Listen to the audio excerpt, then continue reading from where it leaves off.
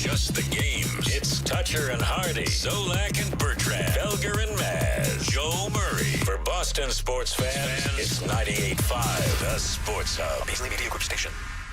Essential Sports Hub headline presented by Celsius Energy Drinks. A really bad night for the Red Sox in Seattle late yesterday evening. They made a total of 2 hits and had their 6-game winning streak snapped 8-0 by the Mariners. Sox got a leadoff single by Marcelo Meyer in the top of the 5th, and then a pinch hit single from outfielder Nate Eaton leading off the 9th. The two teams wrap up this 3-game series late this afternoon. Garrett Crochet will pitch. Rafael Devers arrived in San Francisco yesterday. He met the media for the first time since he was traded there on Sunday night. He was quick to point out he was ready to move on from the Red Sox and look to the future, and he added he was ready to make nice for his new team. I'm here to give my 100%. I don't put any buts. They're the men in charge. I am here to play wherever they want me to play. And wouldn't you know it, he quickly took grounders at first base immediately after the press conference was over. He was the DH in his first game last night for the Giants. He hit 30, had 2 hits and an RBI in a 3-2 home loss to Cleveland. In Florida last night, the Panthers won their 2nd consecutive Stanley Cup. They blew out Edmonton 5-1 in Game 6. Sam Reinhart scored 4 times for Florida in the win, and Sam Bennett was voted the Conn Smythe Trophy winner for being the playoffs MVP. The Panthers are the 3rd team this century to go back-to-back. Game 4 of the NBA Finals will be tomorrow night in Indianapolis. The Pacers trail Oklahoma City 3-2. Even worse, their best player, Tyrese Halliburton, has been diagnosed with a calf strain. He'll undergo an MRI to determine how bad it is, but he's still reportedly going to push to play. Sports Hub headlines are brought to you by Super Service Today, Massachusetts' #1 provider for residential and commercial plumbing, heating, cooling, and drain cleaning, day or night, and always done right. Visit superservicetoday.com. I'm John Wallach on Boston's Home for Sports, 98.5 The Sports Hub. Your next update at 6:30. Here we go. Boom. I win. Boom. Yeah. Hit somebody. Oh. We've got a passion for Boston sports. Get angry. 98.5 The Sports Hub. Ladies and gentlemen, I need all of you to stop what you're doing and listen. Toucher When has that been necessary to fact check? and Hardy I am not known as Mr. Fun. on 98.5. Hey there. Sarge GPT loading up. Let me hear you say, boo, boo, boo. Crush me, mommy. Say my name. I'm a robot. I'm the son of the Pope. I'm a goddamn dragon. Yeah, good luck, dude. Nothing like a good tushy. I love you. And I think you know that. Excuse me? Toucher and Hardy Watch Daddy and Uncle Freddie. Knocking back some fun. Having some fun. on 98.5 The Sports Hub. Let's go.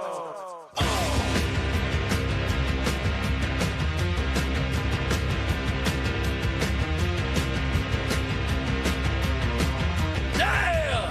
Tonight! All right, yeah! Score. We eat nectar. It don't matter. None of this matters. 98.5 The Golf Club. Hey, good morning, everybody. Good morning. I broke my chair. Did you really? And it wasn't for me being fat either. It was my feet. It's your gout foot. Is there like a bunch of extra fluid in the gout foot that makes it that much heavier? Maybe there is, but I hope the gout people don't get on you for making light of the condition. I'm not. It's Is that a thing? Do the gout people organize? We have a community, Jonathan. We're not in everyone's face, but we have a community. stick behind me because I'm going to need to look at the range down here once the players start warming up. Hardy legitimately brought. Okay, so we're at the Travelers Championship. Field glasses, I prefer the term. The Travelers Championship Celebrity Pro-Am in Cromwell, Connecticut. Right. It's the Travelers Championship Northeast one and only PGA signature event in June, 18th through the 22nd in Cromwell. You can get tickets at travelerschampionship.com. And the deal is that we are out at a booth right by the practice area, and Hardy has actually before he left the house, because we came in last night, before he left the house, he packed up some Bushnell binoculars. Now, how did you come about these? How many did you try out before you landed on these? Well, I'll have you know, when I was in the radio booth for all of the Patriots games, and Dennis can attest to this, these are, much like the Sony MDR V6 headphones are the industry standard for radio broadcasters. These are the Patriots flagship standard glasses for watching from the radio booth. It's a wide field of vision, and you don't have to focus them. You just point and shoot, essentially. They're really great for, catching a wide amount of action. If you want to zoom in on something, these aren't your glasses, John. But if you just want a wide field of vision with no focus, Dennis, this is what we all use. Those are the industry, the creme de la creme. These are what we all Bob use. Sosi uses that when he calls games, is what you're saying. Yeah, this is what I use. And Zoe and... May I? Yeah. And careful. Oh, boy. Whoops. We're having fun. It's a big day, you handing those over like that. Oh, wow. Isn't that nice? Clear as a crystal. Right? Now let's read. Urban Lodge Brewing Company. Lynx Drinks. Vodka Transfusion. The Vodka Transfusion is a golf-only drink. If you try to order that at a different restaurant. Go into a Chili's and order a transfusion. I don't know if that works, but at a golf course, it's the first thing they offer you. Hello, gentlemen. Would you like a granola bar? A transfusion? Yeah. How much do those go Bottle of for? How much do those go for on the golf course? What, at a club? Who knows? Yeah. You don't I'm just saying on a golf You find course. out a month later. I was going to say, you find out a month later, boy, is it a lot. Right. Yeah. You go, what? And then you realize that they're like $50 a piece. No, I understand. But, so we are out at the Travelers, and Hardy's already investigating, if you're watching on YouTube, where you can subscribe. There's nobody out there, Hardy. You can subscribe to don't worry about 98.5, the it. Sports Hub. Nobody out there. Everyone's been very nice. They asked us. This has already lapped the Super Bowl in Phoenix because someone actually came out and asked if we wanted food or beverages. They asked us if they treated us like we were human beings. How long of a walk was that? 75 yards? There was a in lovely Phoenix? woman that took us in a cart out here. So, we were living the life of Riley. They're actually treating us like we are That's human beings. fantastic. So, what a time to be alive out here at the Travelers Championship. It's I tell you what, this whole experience for fans, and as we're finding out, media alike, they do it up. The PGA Tour knows how to do this stuff. All right, shtick aside, how excited are you? I'd be a little more excited if it were a competition round day, but I do like pro-ams, and like getting to the ballpark to see batting practice. Yeah, I don't really do it that often, but sure. Yeah. I love watching guys on the range. I just think there's something about it. It's almost hypnotic, and it's almost as entertaining as watching them hit shots on the course. Just watching their practice routine and how they hit the ball. See, when I see on TV the people hitting, I think of how much I wouldn't want to be a professional golfer.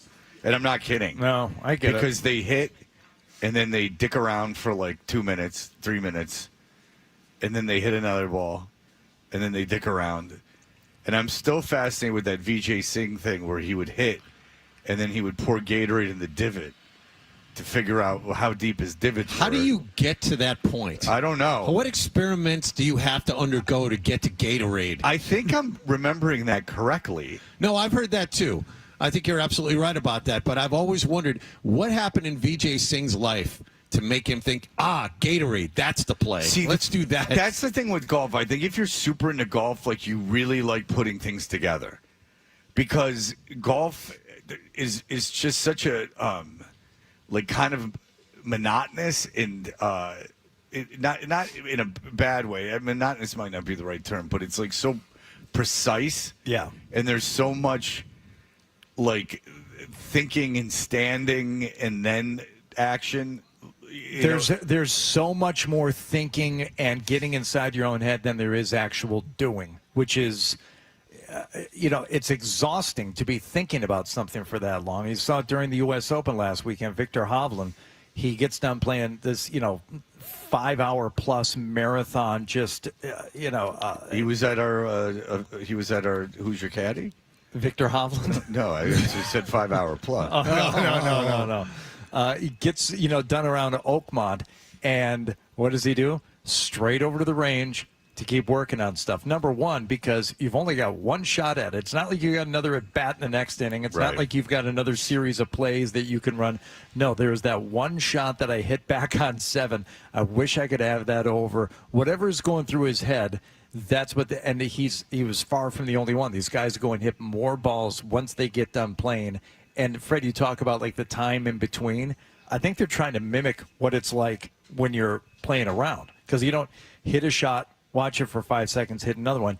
You hit one, and then you get to go into that prison of your mind for a few minutes while you're walking to your shot and the other guy's hitting. And that's how you have to mimic that in your practice. Like, okay, this is how it's going to be when I play my next round. So that's why I'm waiting in between shots. I saw an interview with Scheffler, who's here this week, defending champion, right? Mm-hmm. So I saw an interview after he finished at Oakmont saying usually after a tournament like that, he wakes up feeling like crap because he's had to have such focus for all 4 days, especially on a golf course like that, which is brutal to get around on. And you were talking about the prison of your mind.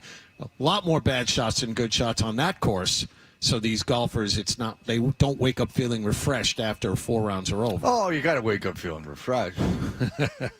But I think this is why they love coming to this place, because a little easier.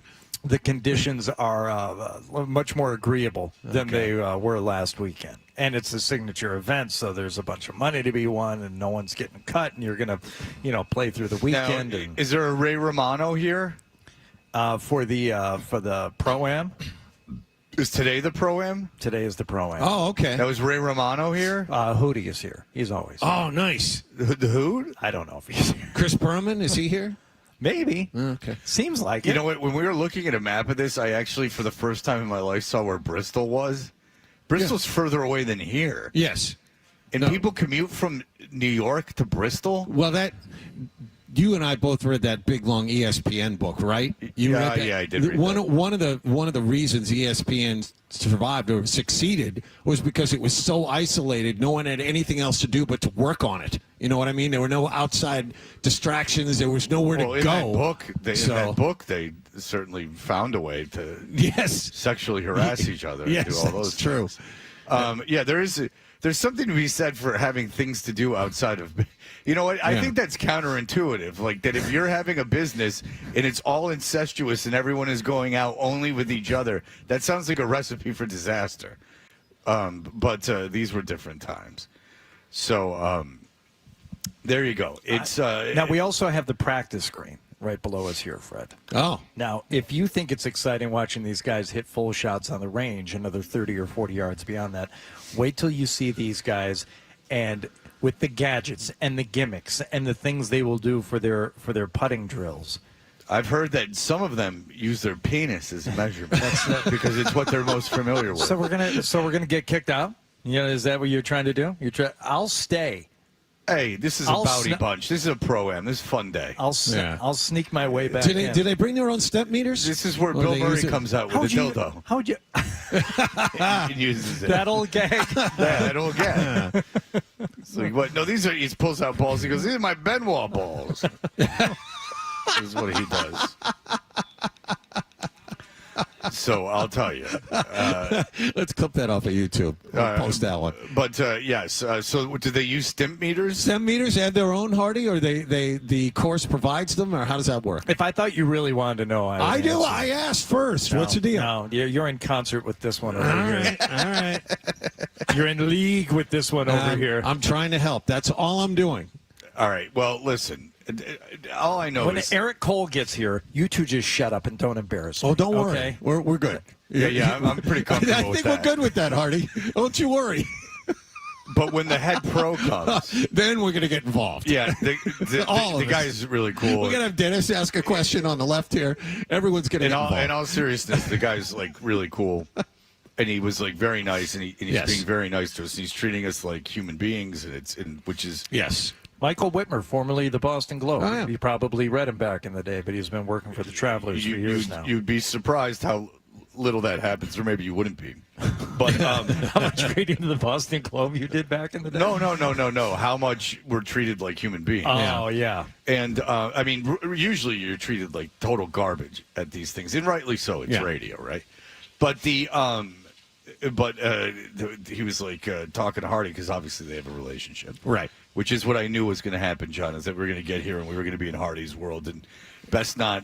But let Hardy make the decisions. And just let him talk is my strategy, and I'm going with that. And so he's so excited he can't sit down. Look at him. He's like back and forth. He can't stand still. Well, he's I so also got a excited. case of the wet ass from this chair because of the. You'd be standing anyway. Who are you fooling? All right. But the thing is that he's waving to his friends.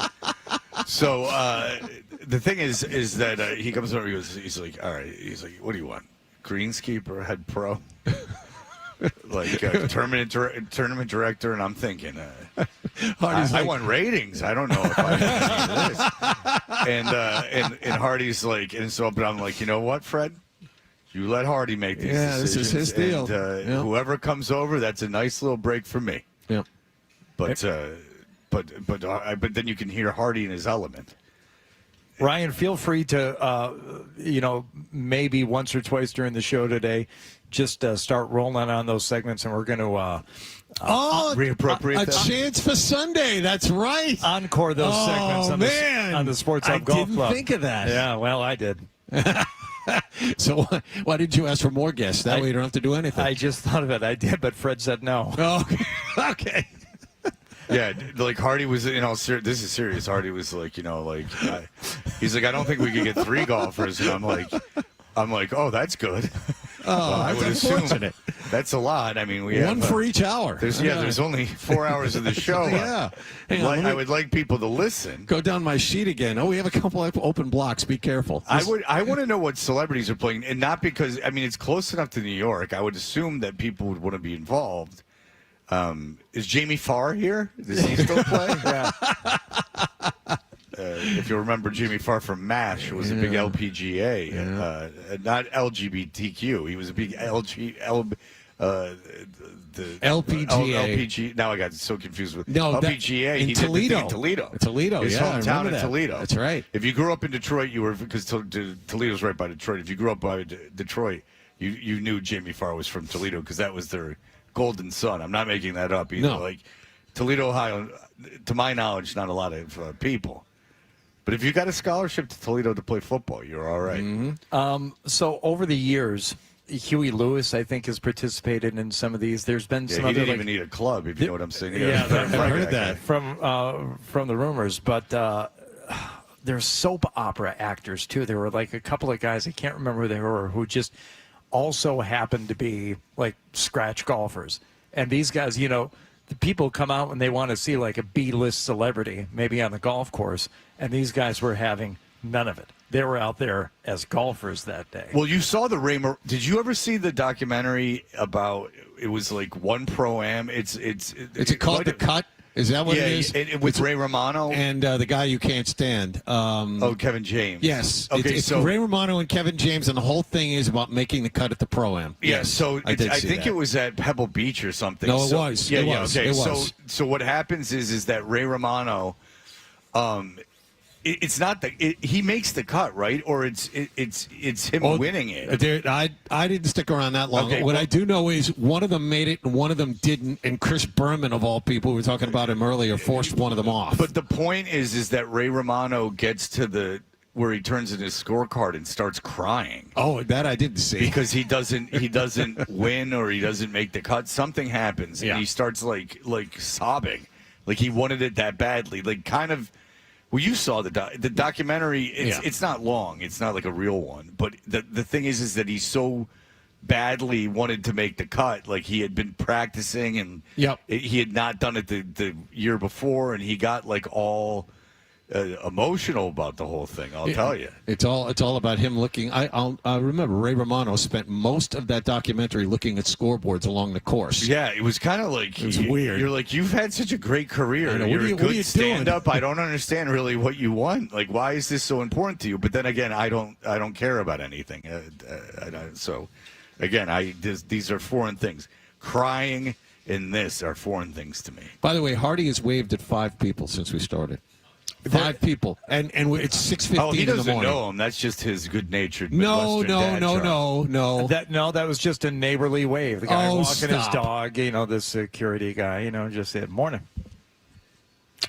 You point at him too like that? Sometimes. Oh, okay. And I give Yeah, him a little finger gun. gun. A little Isaac from the Love Boat. No, it's pretty good. Yeah. Well, that's Isaac from the Love Boat stole that actually From Hardy, yeah. No, from the 1975 Buick Open. Okay. This guy that we're going to have on later, Eric Cole, his dad won the Buick Open in 1977, but I'm sure you knew that. Yeah, I mean, there's certain. I mean, I do sports for a living. Yeah. All right. Well, look. You know what is nice? Seeing that there are actually people up in the world at this time of day. Yeah. Because when we're sitting in that studio in Waltham, it that's feels true. like we're just talking to each other. But apparently people are up at this hour. Yeah, I wish we could drive out here every day. That would be I'm nice. saying it probably follows that in Boston the same thing is true. There are people actually awake and listening to the show. Sometimes when I get on 95, there's a lot of cars. I don't know what's going on. You would think that we should make even more money if there's that many cars at 6 o'clock in the morning. Amen. All right. Well, look. Eric Cole's going to be on the show today, and that's really all I have to say. And The rest of this is just killing time. The rest of this is just killing time. So really, it's just I wish I had a time machine to get to Eric Cole, but I don't. So, and if he's not here in time, I'm sorry, we're gonna have to bleed into Zoe and Bertrand. Well, we wait. I'm surprised you're not sticking around, but Hardy has decided It's not a to weird stick around family. today. It's a weird family week. Yeah. Yeah. All right. Well, look, we will be back, and we'll have everything that happened last night. Today we got obviously Devers audio. We have Jim Bowden from The Athletic, which I'm very excited about. He's got he's the ex-GM. He'll talk to us about his feelings on the trade. We'll have a head pro on. I mean, it's really Head pro, general manager, we're efforting. It's Hardy's world. We're just living in I it mean, today, it boy, super. I tell you. Could be the super. If we just, it's just our job. I mean, this might be the quickest 4 hours of my life. All right, we'll be back in just a moment. You're listening to Toucher and Hardy on the Sports Hub.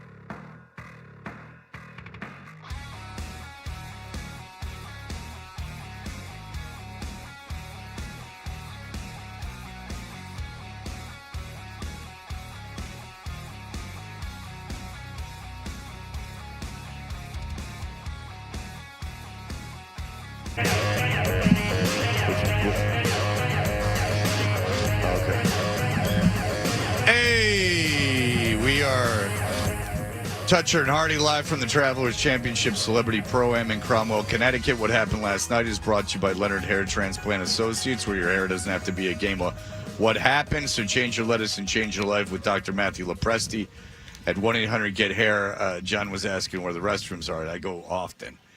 And there are porta potties, and there's a name on the porta potties. And I've never, this is just interesting to me, but there's a guy I recently met and have become, friends with. I don't know him all that well. Did you meet him in a porta potty? I met him at a rest stop, but with a hole in the wall. Okay. But I was like, he was so good. I was like, I gotta know. I broke decorum. Right. And broke protocol. I broke protocol. But sometimes that happens. I mean, that's how I met Rob Halford. And so I No one knew. No, but in seriousness, Rob Halford, the part of his book is like how when he was undercover gay, like he would ask the band's bus to pull over at rest stops that he had read about in magazines, because they used to have in like gay magazines like these like kind of like classifieds of where these rest stops were where things went down. Right. And anyway, so this that has nothing to do with that. But so the porta potty's got the name. So I know this guy. Another friend of mine, while we were at dinner, happened to be spying on him while he looked at his cell phone. The guy that owns that porta potty company and I know people with money, might be the richest person I know, according to what my friend saw. What? Tens of millions of dollars. Oh, was he like checking his bank account? No, on he his was checking phone like his like stocks, like it was like the 4:30 or something. Like he was checking like the market. Like he's one of these guys. He's got like he's got a lot going on. He's got tens of millions of dollars in the market, and nice. And this is all porta potty money. You wouldn't think it, but these guys that deliver all these porta potties. I mean, this is it's quite a situation. About that. All right, look at okay, let's do this. Marcel, hello. Hey, good morning, Toucher and Hardy. Good to see you, my friend. So I have to say, before we go any further, what will happen to this phone company, or what will happen to their phone company in California? Shouts to Blind Scott, who is listening to your show every morning. But I you guarantee think so? you. No way. You think Blind Scott is listening to the show? Oh, what an honor. Toucher and Hardy, that is yours. But I have Marcel, to say, do you call into Ben Mahler? Yeah, this is the guy who calls it Ben Maller. Maller. I've heard this guy before. Marcel, hello. Yeah, that's true.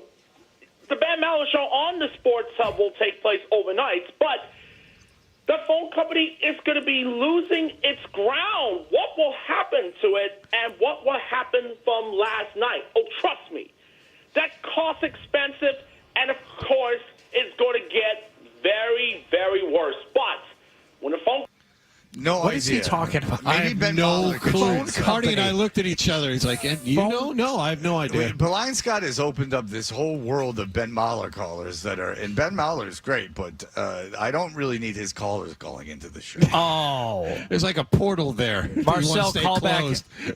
Call back in 5 minutes, Marcel. I'll just give you Hardy's. Call back as many times as Marcel, you want. email me. I'll just give you Hardy's cell phone. Yeah, I'm down with that. Yeah, we'll just do that. Okay. All right, what happened last evening?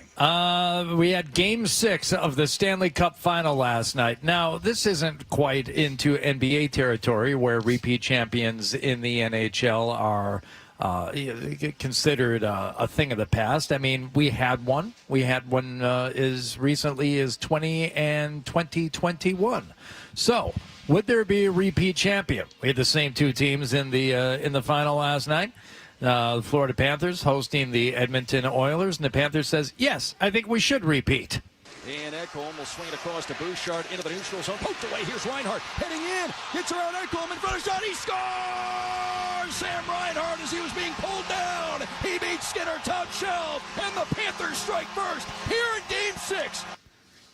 They would indeed strike first and second. And what about the third goal of the game? Who scored that one? Turnaround shot off the chest protector of Skinner. The rebound. Barkov in front. It bounces and they score. It went off Reinhart. And the Panthers take a 3-0 lead.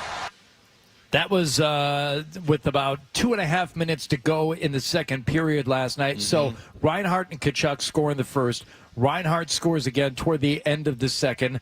Once again, in that very, very tumultuous time. Last 2 minutes of the second period. It's a Hardy theory, yes. That is when goals are going to get scored. I'm giving that to you. You were talking about that in November. Yes. I've been talking about it for years, Wallach.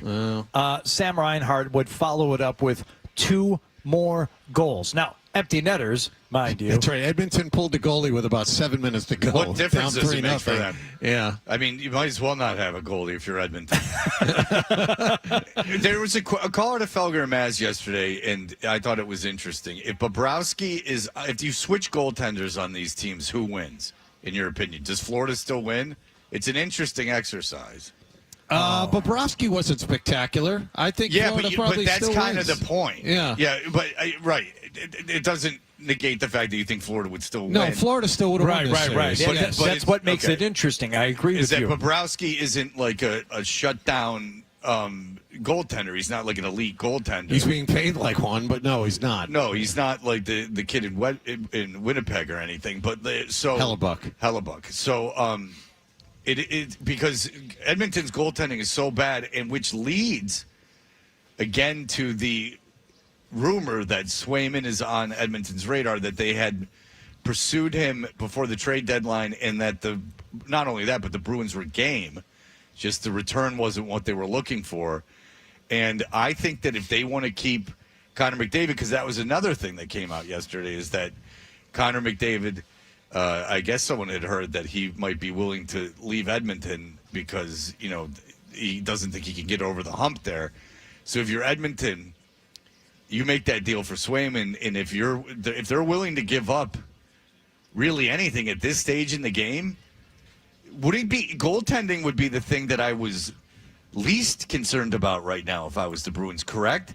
Like if I'm building a team and I'm looking like at a 3-year plan or a 2-year plan, I don't know if you need that goaltender right now. Here's the problem.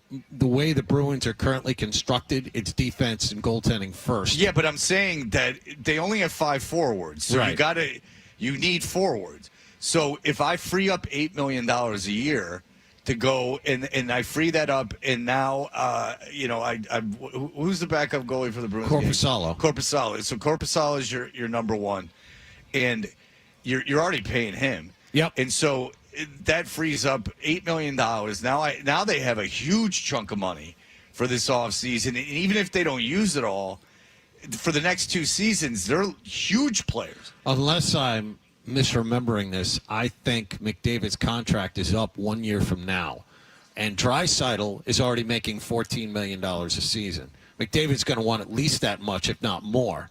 And Edmonton, if you're Edmonton, you can't pay both of them that much. Okay, so Swayman, that's how my much point. does Corey Perry make? I do not know off the top of my head. Okay, well, he's got to be gone, right? He's old. I mean, there's guys they could get rid of.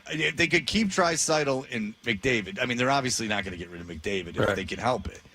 So they have to believe, if they were going to make that trade, they have to believe that they can fit Swayman in, that they can fit that contract in. I'm kind of with you, though. The notion that you get above average goaltending, build from the back out, right? I would rather have 2 elite defensemen and an average goaltender than what seems to be the case and what people said all along. Oh, just give me that one goaltender, especially the guy who's going to get hot in the postseason. No. You've seen enough teams do it the other way. It's like we get an adequate goaltender. We get somebody, he's not a bum. He's not even average. He's a little better than that, but he's not the best in the league.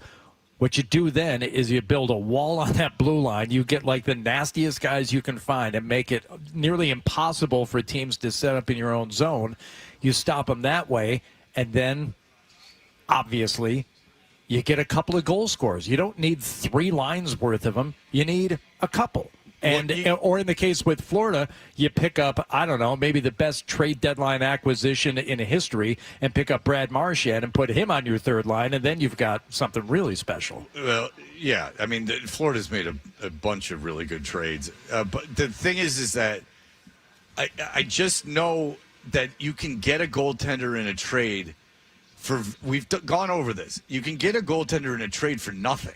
Like, people, you're always shocked with how little value goaltenders have on the trade market. They're like kickers in football. It's exactly. weird. So I always figure that you could pick up a goaltender, like if you really needed to, and you really only needed average goaltending, you could get. I think you could get an above-average goaltender at the deadline. Yeah, Stuart Skinner made $2.6 million this year. Picard, his backup, made $1 million this year, and Corey Perry made $1.1 million. He's an unrestricted free agent. Okay, so I mean, so with the cap increase and with that money coming off the books, I mean, I got to figure that they could maneuver that around. I mentioned Brad Marchand there. Let's hear from Brad Marchand after the game, who did not. You're not re-signing Marchand, so go ahead. Yeah, who did not score last night, but had this to say. You know, we pictured these moments at home and losing at 19, and you know how upset everyone was. It was tough, but you know we tried to do everything we could not to talk about it, not to jinx it, just to be in the moment. But when it's coming to a head and we knew we were going to win, I mean, seeing them up there, you know, and how special it was for them and everything, it was pretty incredible. The parade's going to be different, Brad. That's all I got to tell you. Yeah. Don't expect much. The 2011 parade, when you were a young man running around and Black and yellow, black and yellow. By the way, when it's close over, to 2 million people were on the streets. I was there. I was on a duck boat. It was one of my great moments of my life. But I'll tell you this: it will not be like that. By the way, when the parade's over, Brad, leave town. Go home. No, Brad will be the guy taking now. the younger guys aside and telling them. He's going to be, what, is he 36, 37? They're going to be 37 very soon. He'll bring the cup here. Oh, of course he will. Yeah. And then, we'll know people that, like, saw them. I drank out of the cup. It'll be a big deal. You didn't win it. He was a plus 17. Oh, God. Jesus. During the cup run. 10 goals all told. I mean, and we've all heard the stats by now. You know, what a rare thing it is to be a multiple goal scorer in a Stanley Cup final on different teams, especially on winning teams. He's the only one in NHL history that has scored 5 or more goals in a Cup final. He'll for two be a different Hall teams. of Famer with all the national teams and everything. This would be the clincher, though, I think. If there was ever any doubt, now there isn't. He's a Hall of Famer. Yes. Well, good for Marchand. I was actually rooting for Edmonton because I think certainly the people of Edmonton want it more. They, that's what they have. And you took it away from them, Florida. And now reality hits, and you know who's going to be at the parade? The people that were in that arena. That's going to be who's at that parade. They got nearly 13,000 fans line the streets of Sunrise, Florida. Line the parking lot. Go YouTube the first, the last year's parade. It's like they go through South Beach, and it's like people that just like stumbling off the beach, like, oh, what's going on? Who are those guys? Yeah, and they're going like 40 miles an hour. It's like the Braves one. The parade took 15 minutes. That's right. Well, remember the Braves parade where they where it was almost weird because like Atlanta likes the Braves. Like Atlanta, Atlanta does care. Atlanta is apathetic about. It's weird. They're apathetic about the Hawks. Yeah, but they do like the Braves. Like the Braves, they didn't sell out every postseason game, but in fairness, they were in the postseason every year. But when I was there, like you could get people to a Braves parade, but for some reason they were just hauling ass through the city. I don't know what the deal was with that. All right, when we come back, your newly formed, ready to go Boston Bruins played last night. Red Sox. Sorry, Red Sox played last night, and what do you know? When you don't score runs, when you don't get the pitching you absolutely need. Yeah, right. When you're not allowing like an average of 1.5 runs a game, things can go wrong. This offense is not good, and it won't be good, and it will not be good. It will not be good. That's a fact. No one's going to take off. Nothing's going to happen. You can't ask. I don't care how good a prospect he is. You can't ask a 20-year-old to come in there and start taking over a lineup. It's just not going to happen. And it's just I feel bad for Red Sox fans. This is the future for the near future. And by the way, the Todd Zeals of the world and the Dylan Carlsons of the world and the Jordan Walkers of the world. Yeah. All these baseball cards that I held so dear because they were going to be worth so much money, they end up becoming journeymen or out of the league. So buy your Marcelo Myers now. Yeah, because there's no guarantee just because you're a top 5 prospect that you're going to hit. My dad, Todd Zeal, was the next Johnny Bench. All right, we'll be back in just a moment. Here are the headlines. Sports Hub headlines presented by Celsius Energy Drinks. Seattle beat the Red Sox last night 8-0 on the West Coast to snap the Sox 6-game winning streak. Garrett Crochet will start late this afternoon in the third and final game of this series. San Francisco hosted Cleveland last night. DH Rafael Devers 2 for 5 with an RBI in his first game for his new team, a 3-2 loss to the Guardians. Before the game, Devers met the media and said to them that not only did he feel welcome, he'd play any position his new team asked him to. He then went out and took ground balls at first base. Sam Reinhart scored 4 goals last night. Florida blew out Edmonton 5-1 to win the Stanley Cup Finals. Sam Bennett scored 15 goals during the playoffs. He was voted the Conn Smythe Trophy winner for playoffs MVP. And in golf, round 1 of the Travelers Championship begins tomorrow morning here in Cromwell, Connecticut. Scotty Scheffler beat Tom Kim on the first playoff hole to win this tournament last year. He's back again this week. Sports Hub headlines are brought to you by Safety Insurance, providing comprehensive coverage for your auto, home, and business. Ask your independent agent about safety. I'm John Wallach on Boston's Home for Sports, 98.5 The Sports Hub. Your next update at 7 o'clock. You're listening to Toucher and Hardy on the Sports Hub. Hot summer days are just around the...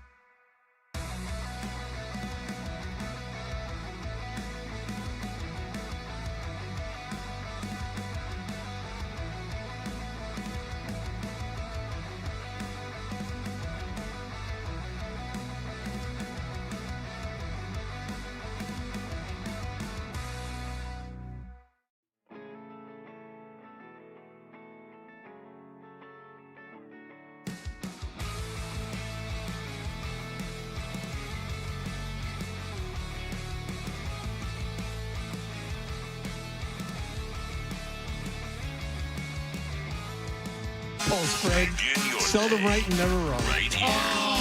Is that Toucher or is that Hardy? Kinda looks like a poodle. It's an effing poodle, dumbass. The Sports Hub. Yeah, obviously, throughout my career, I've thrown strikes and done all that. So to walk the amount of guys that I did and then give up 8 hits or whatever it is. Well, Fred's big, heavy gout foot broke the chair that he's sitting on. So Dennis found him A throne. It's a throne. It's the only way to describe it. Yeah. You want to wheel that thing over here? Yeah, I mean, it's not so much for me that I'm upset, is that it's the gout community that Toss that suffers one so down much. onto the practice green. Yeah, Get rid of I'm it. sure someone can use that. No, don't do that. That would disrupt the practice screen. Oh, that's true. Thank It's you, a very Dennis. secret area. Dennis Knutson is I'm being treated like a real diva. Look at you. Look at me. Now finally, I hope it rains. and You I got a can- foot rust. Be careful with that. You thing. know what? You want to see Hardy get pissed off? I hope it rains so I can feel what afterbirth feels. Okay. Red Sox played Seattle again last night. We heard Walker Buehler there for a moment. How was Seattle's offense last night? Fly ball out to right field. It sends Anthony back, and it bangs halfway up the wall. Tellez rumbles home. Williamson headed to the plate. Here's the throw. Tag and out at the plate. There's your Red Sox highlight. They threw a guy out at the plate. But not before they scored a run. I believe it was still an RBI double. Details. Okay, That all was right. a highlight. All right. That was a Red Sox highlight, right? But and they that could've might be scored- the only one. John, they could have scored 2. They only scored 1. Oh, it's All right. true. Did Seattle score again? I think they did. Going after the first pitch. A high rising fly ball at the wall. Grand slam. Oh. Number 27. You know what they called the starting pitcher last night for Seattle? They call him Whistle Tip. Because the whistles go woo. Talking about that woo woo. It's that woo woo. If I was running the in-house audio for the Mariners, I would play that woo woo. Yeah, that's what I would do. I'd play that constantly. I'm talking about that woo woo. Then you got the flows. You got to trick out the flows. Yeah, that ain't nothing but the moan. That's only in the morning. You're supposed to be up cooking breakfast or something by then. It's like an alarm clock. Woo woo. I'm talking about that woo woo. But Brian Woo 7 innings last night, allowing 1 hit. One goddamn hit. well, Don't worry, no one's listening anyway. They won. Yesterday on 4 heads, which they were very proud of. Yeah. They can't hit, and even in that winning streak, they couldn't hit. And when you get Devers out of this lineup, I'm telling you, any idea that it's addition by subtraction with this lineup, where you can't, I'm telling you, this is the dumbest move that I can recall in baseball. And then the sales job. I know what it was now, because I've actually been thinking about this. This is, and it all stems along the same lines as Breslow firing the guy that dared to say a light insult to him. Yes. Is that, and I think I might have heard Milliken talking about this off air. It's this dumb attempt to create a position of authority. Like people aren't listening to me, and you got to know if you don't fly right, we're going to get rid of you. Yeah. Well, you're going to get rid of you at the detriment of the team for nothing. But that's like a 12-year-old kicking his buddy out of a treehouse. I can't believe this got cleared. I can't believe they ran this up the ladder and that they said it was okay. The season's over. Yeah. It's over. They're not making the playoffs. And the worst thing is it's going to be boring as hell. You have really one player. And you can the only way you can hope to win, and every team occasionally will have that one big offensive day, but you have to win games 3-1, 4-2, 2-0 like they've been doing. And Alex Cora told the media a couple of days ago, this is the way we have to play. They got 2 hits. You look at that order. You have a utility infielder hitting second, rookies hitting third, fourth, and fifth.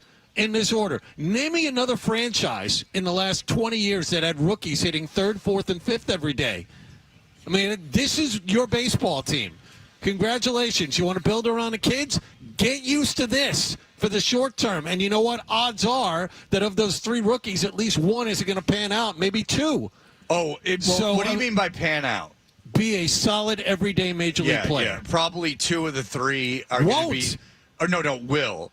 And then there's a chance one might be a Duran type occasional all-star. Based on their ability, I would bet 2 of the 3 are become everyday Red Sox. Now that's not. Well, no, John, I'm not saying I'm agreeing with you in the expectations. You have to temper your expectations completely. You don't know what a 21-year-old kid or 20-year-old kid's going to turn into. It's nonsense. It's nonsense. Why did you make that Bregman deal if all you were going to do was play 3 rookies? They're not going to win with them. It's not happening. There's no story in baseball where that happens. The difference between playing – what was Roman Anthony was playing high school baseball 2-3 years ago. Yes. Now he's going to go up against professional pitchers that can locate within a centimeter of where they want to throw and have a book on him. He's not going to be able to hit at a high level right now. It's ridiculous. Meyer got a hit last night. It was one of the 2 hits they got last night. Meyer's a very gifted baseball player. Yeah. And Meyer might end up hitting 250, and, he might hit, 14 home runs. But how long is it going to take him to get to that? That's the other thing. Pretty good for a rookie. But how long? A rookie hitting 8th? Oh, you're making me feel better. Yeah, right. He's going to bat 250? Yeah. Well, I thought he was going to be a 198 or something. Listen to Doomsday Freddy over here. I got news for you. It's no, he's better to hit. He won't hit 198, but he'll hit 250. You know what? He may not. That's just it. I mean, you don't know how long it's going to take these kids to mature to the point where they aren't like big-eyed and go, oh, my God. I mean, some kids, it takes 2 or 3 years to settle in. That's the thing. Some kids. Pretty much all of them. Pretty much all of them. So now what? Do you know the difference? By the way, these guys are facing kids throwing 95 when they're in high school. That's not the issue. The difference between a major league, they all can throw 95. Jesus, Sonny Gray can't even do that. It's as Jerry Trippiano told me, it's like real estate. Location, location, location. It's just the difference between a major league pitcher and a guy that you faced in AAA or a guy that you faced throwing 95 in high school is night and day. They locate everything. They keep you off balance. They know the book on you. They know what you're expecting and do the opposite. They mix in the off speed when you're not expecting. Exactly. They know what you're expecting and they do the opposite. It's ridiculous to ask these guys to perform at that level. Enjoy the kids. I mean, there'll be a day where they do something unbelievable. Look. But more often than that, it's going to be like last night. Roman Anthony is now a rookie, just trying to find his way. He's hitting third. He's hitting third. Which is he's 2 for his first 25. He has a home run, but he's hitting third in your order. And by the way, that's a great way to screw a kid up too. Is to make him hit third. This is what I was leading to. They screwed up all of these kids. Campbell is now a DH that only hits against lefties, and he's hitting 9th. But not after you had him hit cleanup for a week when he was 7 for 75. What was Daniels, the quarterback for the Commanders, doing when he was 20 years old? I would like to know what Jaden Daniels, what he was doing when he was 20 years old. Jaden Daniels, who was one of the best rookie performances in football, in the history of quarterbacks in football. I'd like to know what he was doing when he was 20 years old. Because he wasn't dominating at anything. I mean, to ask a kid who's 20 years old to hit third in your lineup and succeed is absolutely asinine. This is just so dumb. So dumb.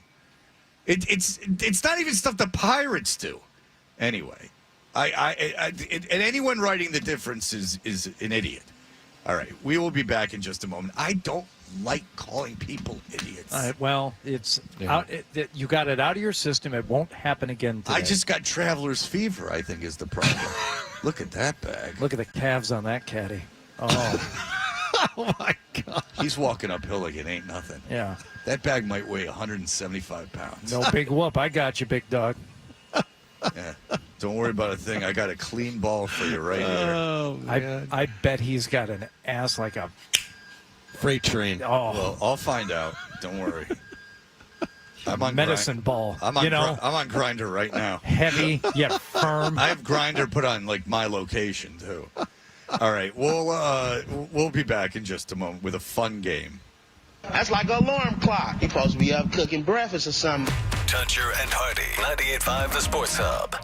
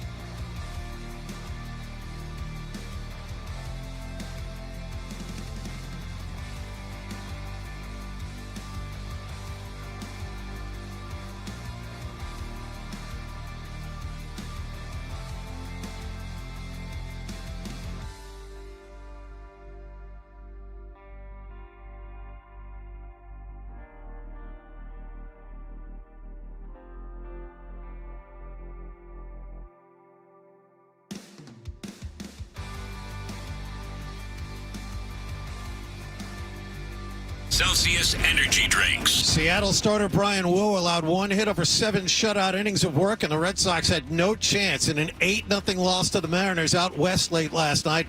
Cal Raleigh added a grand slam for the Mariners, who ended the Sox 6-game winning streak. Alex Cora's team managed only 2 hits for the entire night. Garrett Crochet gets the baseball this afternoon in the finale of this 3-game series. As for Rafael Devers, he arrived in San Francisco yesterday. He was 2 for 5 with an RBI in his first game with the Giants, a 3-2 loss to Cleveland. Before the game, Devers was more than happy to follow his new team's vision for the future. Like I said, this is a new organization. I'm happy to be here. And again, like I said, they're the men in charge, and I'm here to do whatever they want me to do. And after that, he took time out to throw one final shot at the team that traded him. He told the media he'd play wherever the team wanted him to, right? And then he proceeded to take grounders at first base.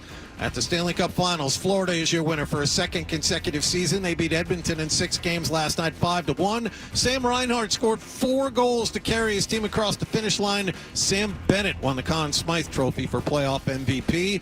And at the NBA Finals, Oklahoma City leads the Pacers 3-2. Game 6 coming up tomorrow night in Indiana. Pacers top gun Tyrese Halliburton has been diagnosed with a strained calf muscle. He will undergo an MRI to determine its severity. Sports Hub headlines are brought to you by Rodenheiser Home Services. Need more space at home? An ADU, that's an accessory dwelling unit, could be the answer. Rodenheiser Home Services builds custom ADUs from design and permits to expert construction. Visit Rodenheiser.com to schedule a consultation. I'm John Wallach on Boston's Home for Sports, 98.5 The Sports Hub. Your next update at 7:30. New England plays here. Down the right side, it's a separation. Touchdown pass. Perfect dive from Drake May. 98.5 The Sports Hub. Hey, listen, if you've got to go, we understand, but make sure you bring the Sports Hub app with you so you can hear more of Toucher and Hardy That's what I want on my tombstone. on the Sports Hub.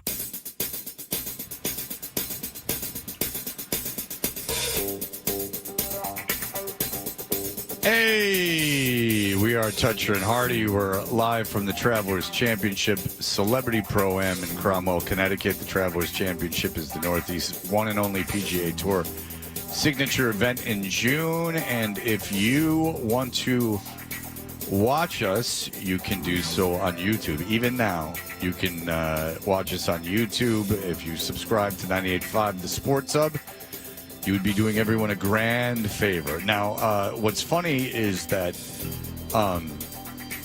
Hardy, unbeknownst to him, has got me. I have to have a pre-written statement for people in the golf world, because it's happened to people that for my club, it's happened, and it just happened here. A guy from the Travelers came up to me. He's like, "Hey, Fred, nice to meet you." And I go, "Oh, hey, great. You know, thanks for setting us up here." And he goes, "No, I know you." I goes, "I know you hate golf." And I'm like, "No." And he's like, "Oh, yeah, but I hear you talk to Hardy." And I have to tell people, true or not, I have to tell people, I'm just actively trying to annoy Hardy because I want to destroy the thing he loves. Well, you can do whatever you want because Justin Thomas is on the range about 60 yards from us right now, and I'm just watching him hit some real smooth 8-irons. No big whoop. 2-time major champion, Justin Thomas, just getting a little warm up in. What's up, JT? Is that him in the black there on the right? Right there. He's taking his jacket off. Oh, there we go. now. Okay, I got it. Yeah. Okay. Oh, is he wiping down that club? Well, his caddy is wiping down the club. Got it. The player is over to the right.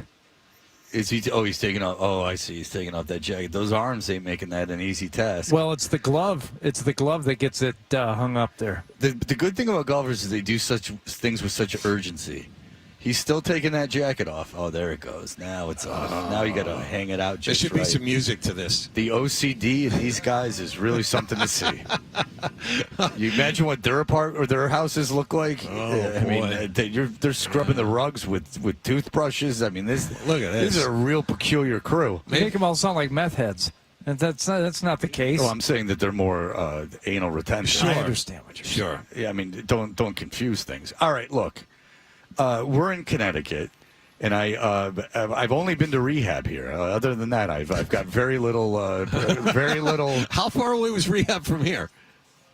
Rehab was far. It was farther than this. It was like no, I mean in to this golf course. Are you close to this golf course? What, rehab? Yeah, it was like no, 10, far. 20 miles. Okay. No, like you know how Connecticut? It was like northwest Connecticut. It was like really out in the middle of nowhere. It was like in mountains.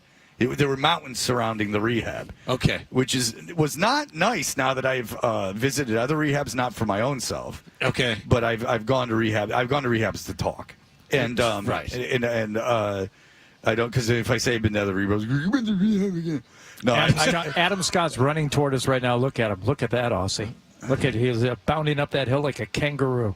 There you go. What's up, buddy? Oh, don't say they're not athletes. And now here comes his friend right behind him. What the hell is Adam Scott doing running up that hill right behind us? Where's he going? He's gonna hurt himself. Shouldn't there be someone taking him places? Doesn't he have a sitcom to be in? Isn't there a golf cart that could transport him from place to place? You would think. Yeah. So get used to Hardy getting us off track, Adam. Well, but, I mean, Adam, the guy was just in contention for the U.S. Open like 4 days ago, and here he is. Well, he's a human being. There are a lot of those here. Horseshoes and hand grenades, my friend. This is the best because Hardy has turned completely around and is not facing forward at this point. No, stop paying attention to him, or we're never going to get a show done. My fault. Let Hardy loose. That's on me. Sorry. All right. So anyway, we are in. Maybe this bit will suck, and we're killing enough time to make it that okay. I was going to say that's likely the scenario. So keep going. So let Hardy cook, as they say. Let him eat. Yeah. All right. So we're in Connecticut now. I was here 5 years ago in rehab. That didn't stick. But you know, things have changed since then. But as rehabs go, not nice. I thought it was supposed to be, but then now that I've been in these other rehab facilities, I'm saying they have soda at some of these places. It's a whole thing. Well, you need the sugar. You need something. Well, no, they didn't have soda. Usually, the places don't have soda. In detox facilities, they'll have just that one like Shasta ginger ale, which I told you is made only for detox. I have not seen a Shasta anywhere in 2 decades. Well, I'm not being fatalistic, but there will be a time in your life, John, without question, where you will be in a facility where you will need Shasta, and that will be a hospital. There will be a time that when you're going through something, not chemically related, but there will be a time you'll be hospitalized. Unless you get hit on the way home. No, I've been hospitalized before. Yeah. You'll get if you ask for something, you'll get a Shasta ginger ale. Okay, very good. I'm just telling you. Did you get a Shasta for your head tumor? Yeah, and some form. I think we had Tab. I think I had Tab for the head tumor. Oh, he's being cute. He didn't have Tab. They wouldn't give you Tab. There's strychnine in that. Not strychnine, but whatever that sugar thing was. Want to grow another tumor? All right. Okay. So, listen. All right. So, Adam, you've combed the internet, haven't you? Yeah. So I decided we would find the intersection between the state you're in and what you're interested in. And what I've done is I put together a half a dozen sitcoms and television programs that are set in the state of Connecticut, where you guys are. So I'm going to give you I'm going to first give you It's tricky, Adam, because anything set in suburban New York is a very tricky thing. Westchester County, does that count? Well, Westchester County is in New York. Yeah, so if you have a growing pain situation, that's a problem. They were on Long Island. Okay. So I mean, let's be honest, it's not easy. I'm going to give you guys clues, and you can see if you can get it off the clue that I give you. And if not, I've got some audio clues as well, and we'll see how you guys do. I think Fred. I built this mainly for Fred because I figured that Hardy's head would be on a swivel the whole time. So I'll give you the first one. So for the first 5 seasons, this pioneering TV program was set I know the answer because I brought it up in the meeting. Jeez. In season 6, the main characters moved to Westport, Connecticut. So what is the television program? Well, first of all, there's a show set in Westport, Connecticut that you might use called American Housewife. So let's just be honest with that. You're talking about, of course, I Love Lucy. Yes, of course, we're talking about I Love Lucy, starting with a little bit of a layup. Lucille Ball became a real pain in the ass at the end of her life. Very bitter, mean woman. So one of the Sirius XM channels for a while was running reruns of the Lucille Ball radio show. Yeah, that's why it's so successful. Which she had to resort to after like the TV stuff dried up. And just the promos for it, you could hear how pissed off and bitter she was. Yeah. That's Lucille Ball. It's a thrill to be back on radio.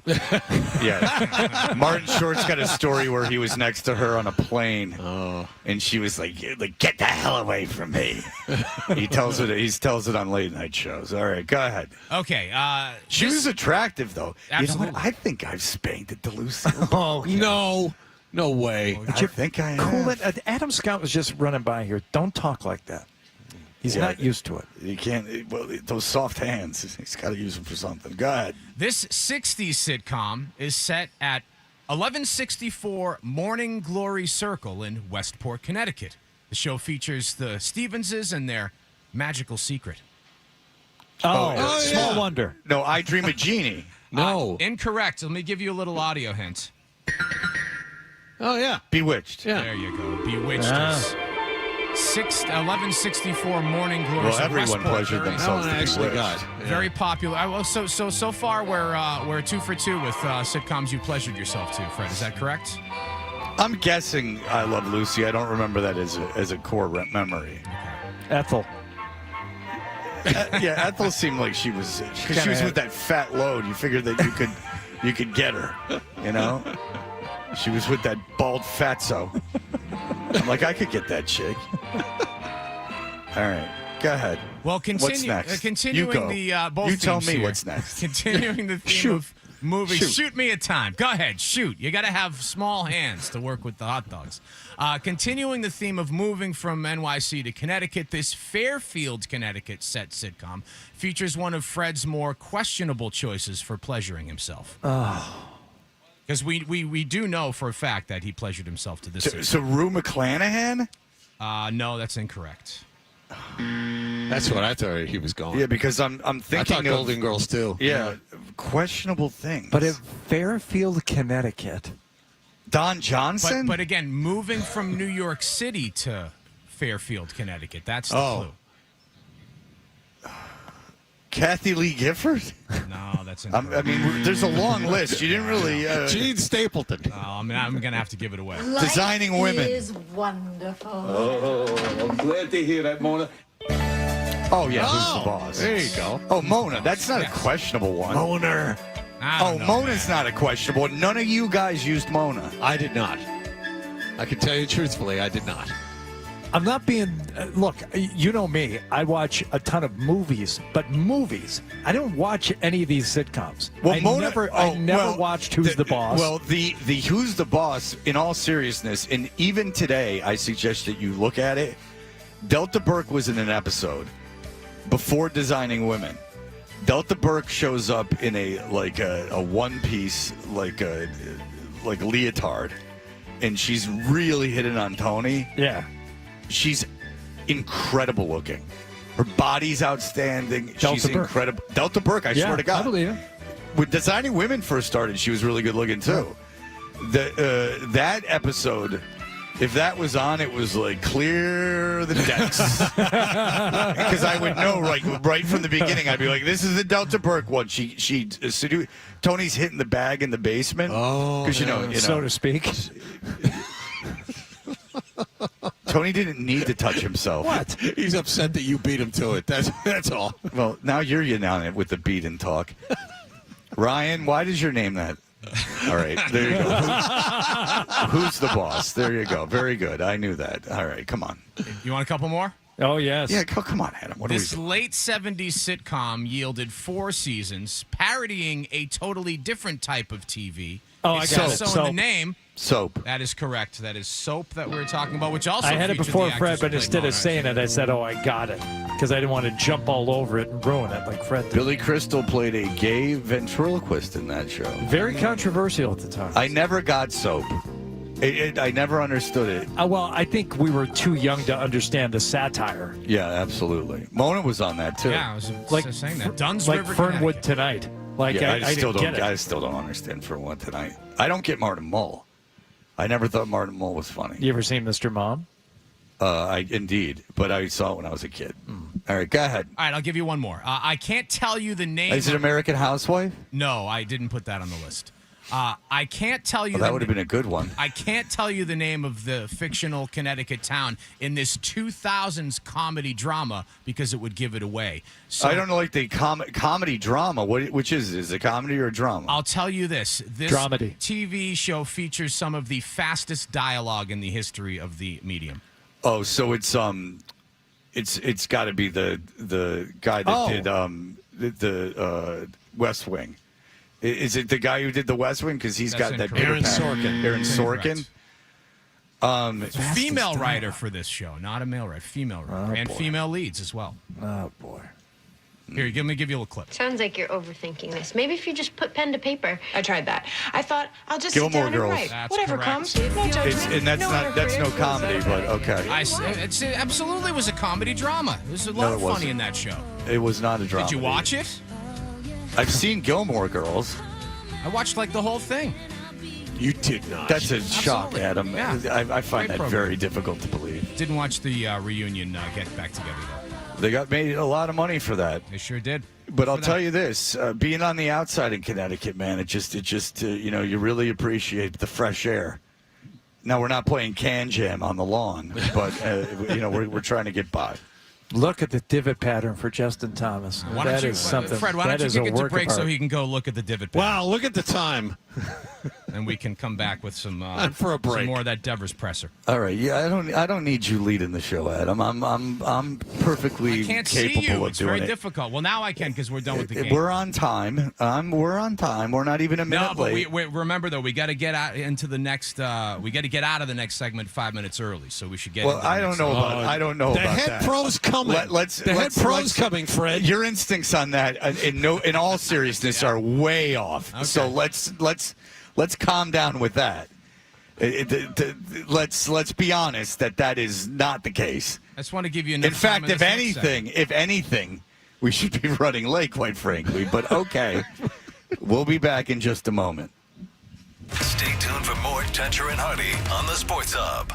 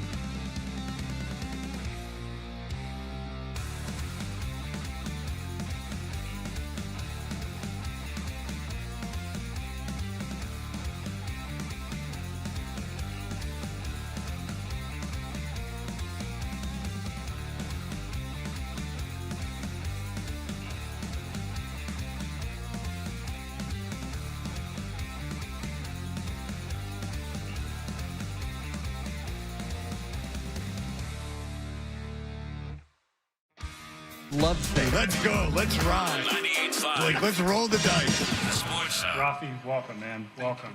Today's a great day for the San Francisco Giants and for the city of San Francisco. San Francisco Giants fans love great players. Great players have the ability to transcend generations, and Rafael Devers is one of those players.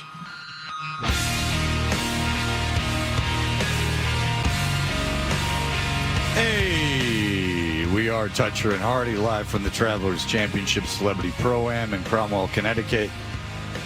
The Travelers Championship, the Northeast one and only PGA Tour signature event in June. And you can get your tickets at travelerschampionships.com. All right. Rafael Devers is now a San Francisco Giant. He was introduced yesterday to that team as your Boston Red Sox. Even though they were winning, they lost last night, they still cannot hit, and that will not change. To anyone's satisfaction, that's just a full-on bad lineup right now. Now, that might be a decent lineup in 3 years, but it's not going to be a good lineup this year. I don't care what they do, what pitching they bring in. It doesn't matter. They've completely screwed themselves. No, they're going to get a bat, Fred. They're going to be aggressive at the deadline. So they're going to give up assets. Yep. Absolutely. To get a bat back when they could have just given money in the Devers trade, shopped him around. In Craig we trust. I mean, he's done a great job so far. And they'll bring in a bat that's just as good as the best American League designated. Exactly. All right. So here we go. Rafael Devers was introduced to the people of San Francisco, and here's what went down.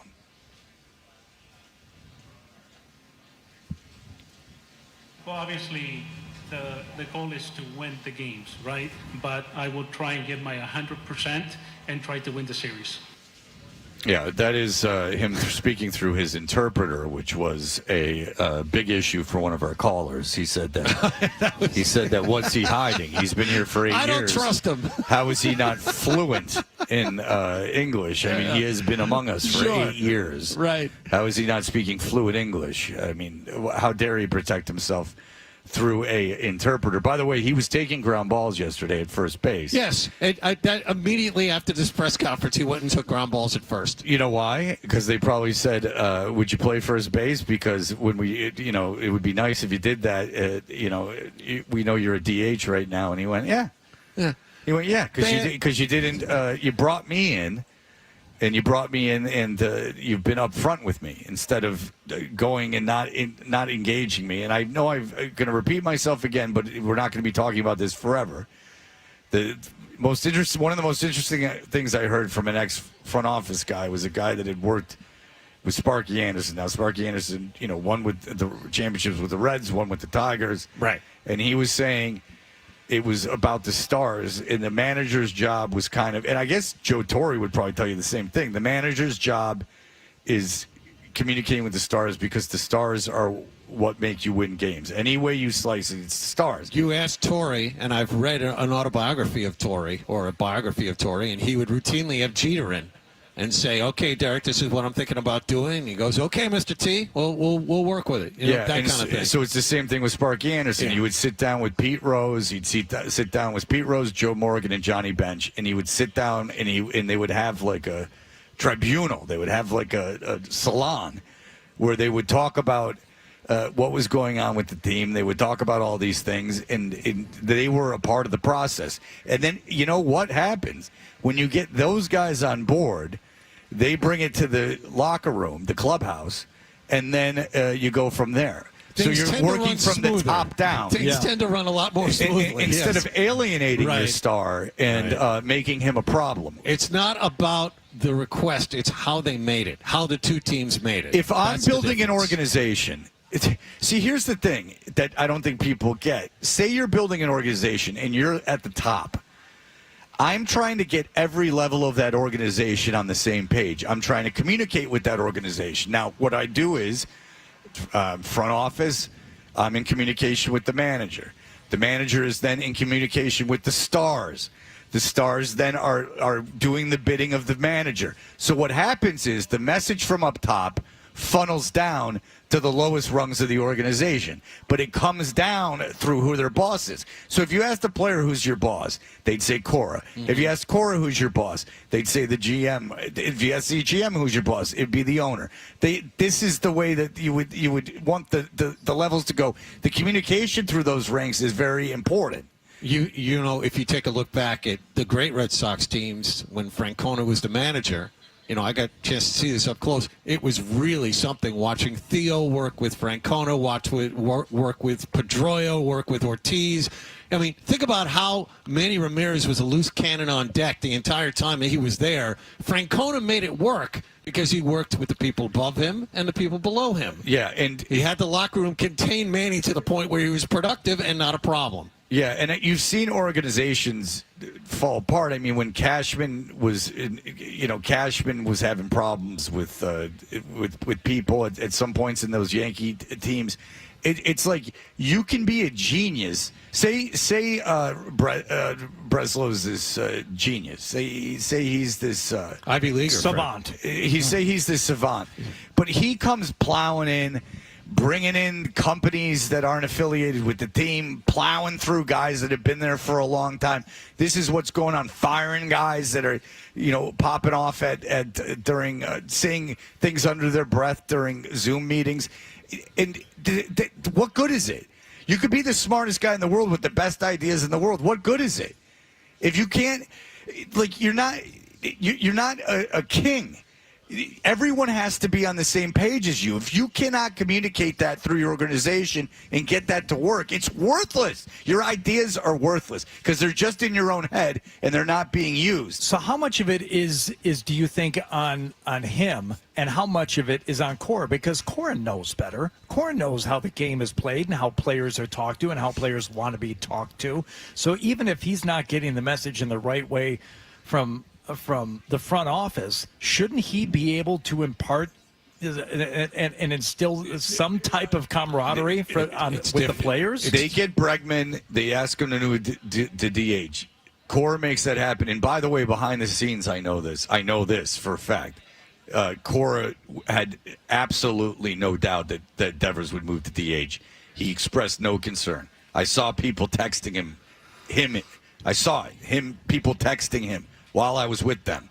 And Cora was like, honestly, it's no big deal. I love Rafi. He said this. He's like, I love Rafi. Rafi's great. We have a great relationship. I'm not worried about it.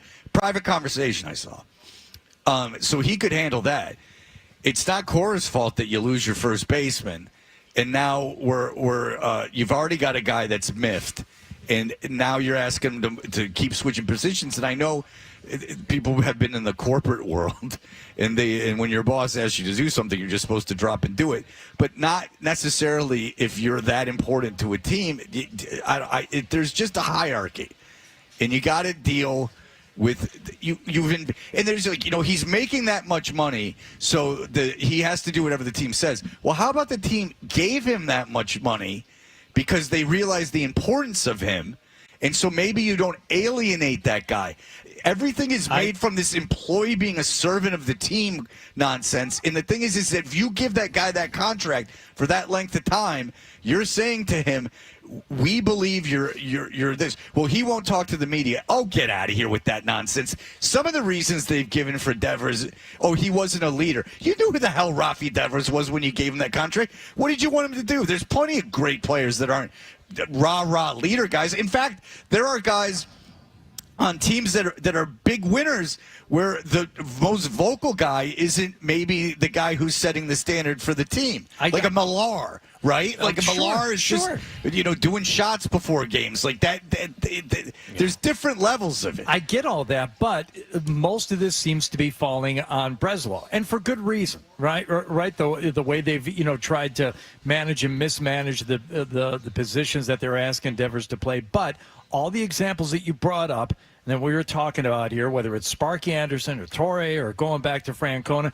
we're talking about the managers. We're not talking about how the front office guys and the presidents of the teams handle things. We're talking about how the guys who are with these players every day, how they handle the egos and the personality. But how much do you put back on? Well, so the thing is that Cora didn't do anything but put him where he's always been in the order and have him be the DH. That wasn't. You're asking Cora. See, they're taking it out of Cora's hands.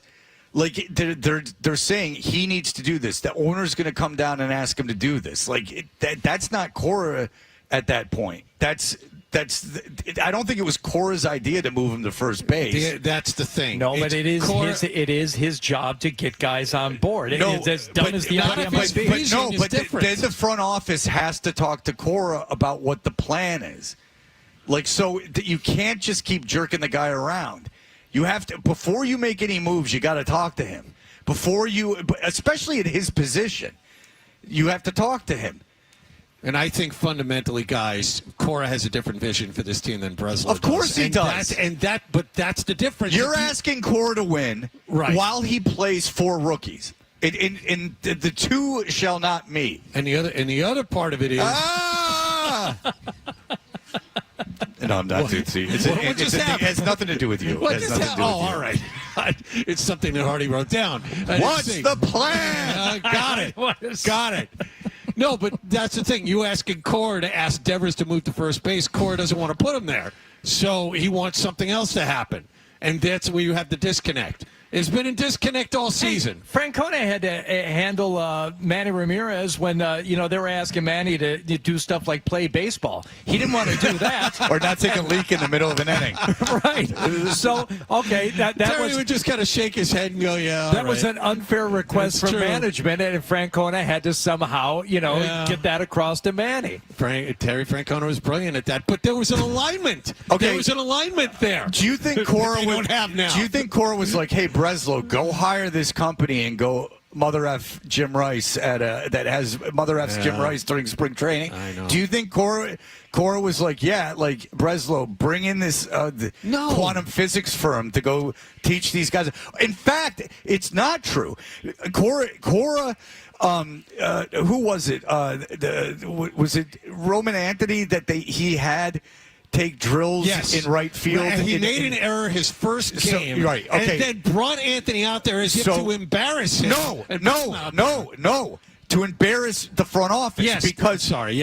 Because okay, so if you don't know the story, Cora had Anthony working in right field. And he had him do it in front of the media, which is not usually what they do. And the reason he had him do it in front of the media, it was a message to the front office about, hey, we're making a lot of errors. You know why? Because the people you've brought in are giving us spreadsheets and talking about swing path while there is still a game to be played, and these guys can't field their positions. So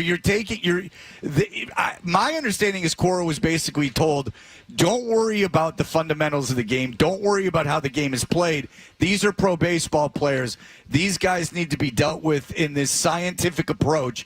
And Cora goes, well, that's not great. We're making 2 errors a game. And these guys don't know how to field their positions. Worst fielding team in baseball. And I will say this, and I think everyone agrees, when Cora closes the door to that office and Breslow leaves or he has some time to himself, spends a lot of time rubbing his eyes and looking at the ceiling. Well, we know. You can't function as a major league manager as being what you've been given. You've been given rookies to hit 3rd, 4th, and 5th in your order. You're playing 4 rookies most days. You have no pitching, really. No starting pitching beyond your ace, really. And you have to deal with this guy from Yale who's giving you drive line to teach guys swing path. I mean, this goes against everything that he was brought up to believe when he was younger. And everything that he's managed up until Breslow got here. How do you function in an environment like that? Because the fantasy for all these front office guys is Moneyball. And not even what the science behind it or the strategy behind it. What it is the young dork coming into a room full of old, grizzled, dumb baseball guys and going, you guys are idiots and I'm so smart. And them fighting it, and then you getting rid of them, and then everything working out and not winning any championships, which is what the thing is. Yay! And by the way, I don't think that there's I don't think there's any managers or really anyone that's like opposed to sabermetrics and stuff like that. I don't think that that's the case at all. But as I've stated many times, I honestly don't believe that people in the front office in some of these teams and some of the people that are cranking out this information are of the understanding that these guys are in front of 30,000 people playing baseball. Like, you have to play baseball. There's a mental aspect to the game. There's a fundamental aspect to the game. You have to, you have to practice something to be good at it. And when you are just getting into minutia of exit velocity, and look, these guys all work at their hitting. But some of these guys are coming up and you're changing their swings. You're changing their swings in spring training. You're changing a guy's swing. We're here at the golf tournament. You want to go out here on the driving range and tell one of the you go look and see if it's happening. That's funny you mentioned that. I saw JT he caught a couple thin down there, and I was going to go down there because I saw what he was doing. And you can't be changing a guy's swing. You can't. No, you can't be changing it. No. All right, well, look. All right. You can change a guy's swing. Pro-Am day, I can change him a little bit. All right. Yeah. All right. Well, look, we will be back, and we are at the Travelers Championship, and here are the headlines. Sports Hub headlines, presented by Celsius Energy Drinks. Red Sox got run over in Seattle by the Mariners last night, 8-0. The Red Sox managed 2 hits for the night. That snaps their 6-game winning streak. The two teams wrap up this 3-game series late today. Garrett Crochet will start. Rafael Devers arrived in San Francisco yesterday and met the media for the first time since he was traded. He was quick to point out he's ready to move on from the Red Sox, but he's also quick to field ground balls at first base before his first game. He was the DH last night for the Giants, hit 30 and 2 hits and an RBI in a 3-2 loss to Cleveland. Stanley Cup Finals last night. Florida is your champion. They beat Edmonton 5-1. Sam Reinhart, 4 goals in the win. Sam Bennett scored 15 goals during the playoffs. He was voted the Conn Smythe Trophy winner for being the playoffs MVP. Sports Hub headlines are brought to you by Veterinary Urgent Care Center. With 8 locations in Massachusetts and Rhode Island, VUCC offers compassionate, convenient, high-quality care 7 days a week. Walk in or book an appointment at veturgentcare.com. Veterinary Urgent Care Center, urgent care for your pet's urgent needs. I'm John Wallach on Boston's Home for Sports, 98.5 The Sports Hub. Your next update at 8 o'clock. More Toucher and Hardy on the way on the Sports Hub. Men,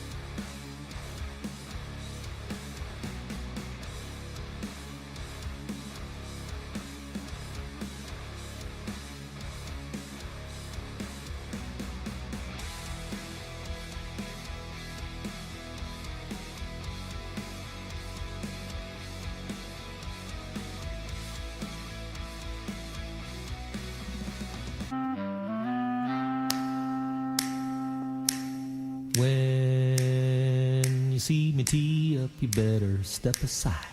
A lot of men didn't, a lot of them died. All right, there you go. We're Toucher and Hardy live from the Travelers Championship Celebrity Pro-Am in Cromwell, Connecticut. The Northeast one and only PGA Tour signature event. This might make you feel good real quick. If you ever thought Blind Scott was weird, yeah, we all got this email. Oh, good. Here he goes. Fred, has the thought crossed your mind that you're sitting open in a field and one of your enemies might be able to assassinate you on your radio show, World Live on the Air? Oh my God. I just thought of this, and I thought maybe you might have thought of it already. So Blind Scott with a good point. That it doesn't make me concerned about him at all. Oh. That he is thinking about how we could be assassinated. Can't believe or I would be assassinated. Can't believe you wouldn't give him your phone number. He also emailed, I've never laughed so hard than when you were talking about Justin Thomas taking off his jacket. That was awesome radio. Did you remember that sequence this morning? Yeah. I didn't remember it as being uproarious. I made a mental note for when I'm searching for a job. That's the first thing to put on there. All right. Hardy, who are we with here? Who are we honored with their presence? Director of Golf, Ron Scheid, here from the TPC River Highlands here in Cromwell, Connecticut. Ron, thanks for being with us. Of course. It's a warm welcome. I'm looking over my shoulder now. Well, yeah. Listen, you're in a very controversial company. It's not you they're after. Keep that in mind. So the Travelers comes in here every year, takes over your golf course, and you have nothing to say about it. Did they come in like storming marauders and just say, get out of the way, we're taking over like we do every year? And how angry are you about this situation? No. The official answer is we're pleased to work with them throughout the year. Okay. in preparation for this week. But no, honestly, really, it's the reason we're here is to host this event here. The golf course is in fantastic shape. It ramps up for this event, so it really is awesome to have them, but more importantly, have the best players in the world here to join us. Okay, so we'll talk about some of the players that are here, but you're right. It's not like at Fred's club or where I play where once a year. Hold on, guys. We got to kind of close things down here for a couple of weeks. We have a tournament coming in. As a TPC, this is kind of why it exists. So this is something. So the members here, they're not put off by this. They understand that this is part of what belonging to this club is.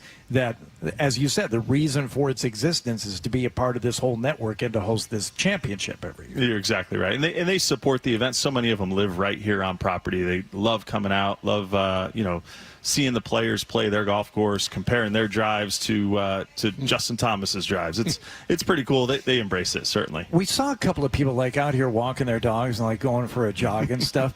Don't you, as director of golf, can't you tell them to knock that stuff off for a couple of days? Those were service animals. I know. No, that one guy was just walking his dog, and the other lady was heartless bastard. The other lady was just going for a run, as if to say, "Yeah, I know this is a tournament, but I'm not going to upset my morning routine."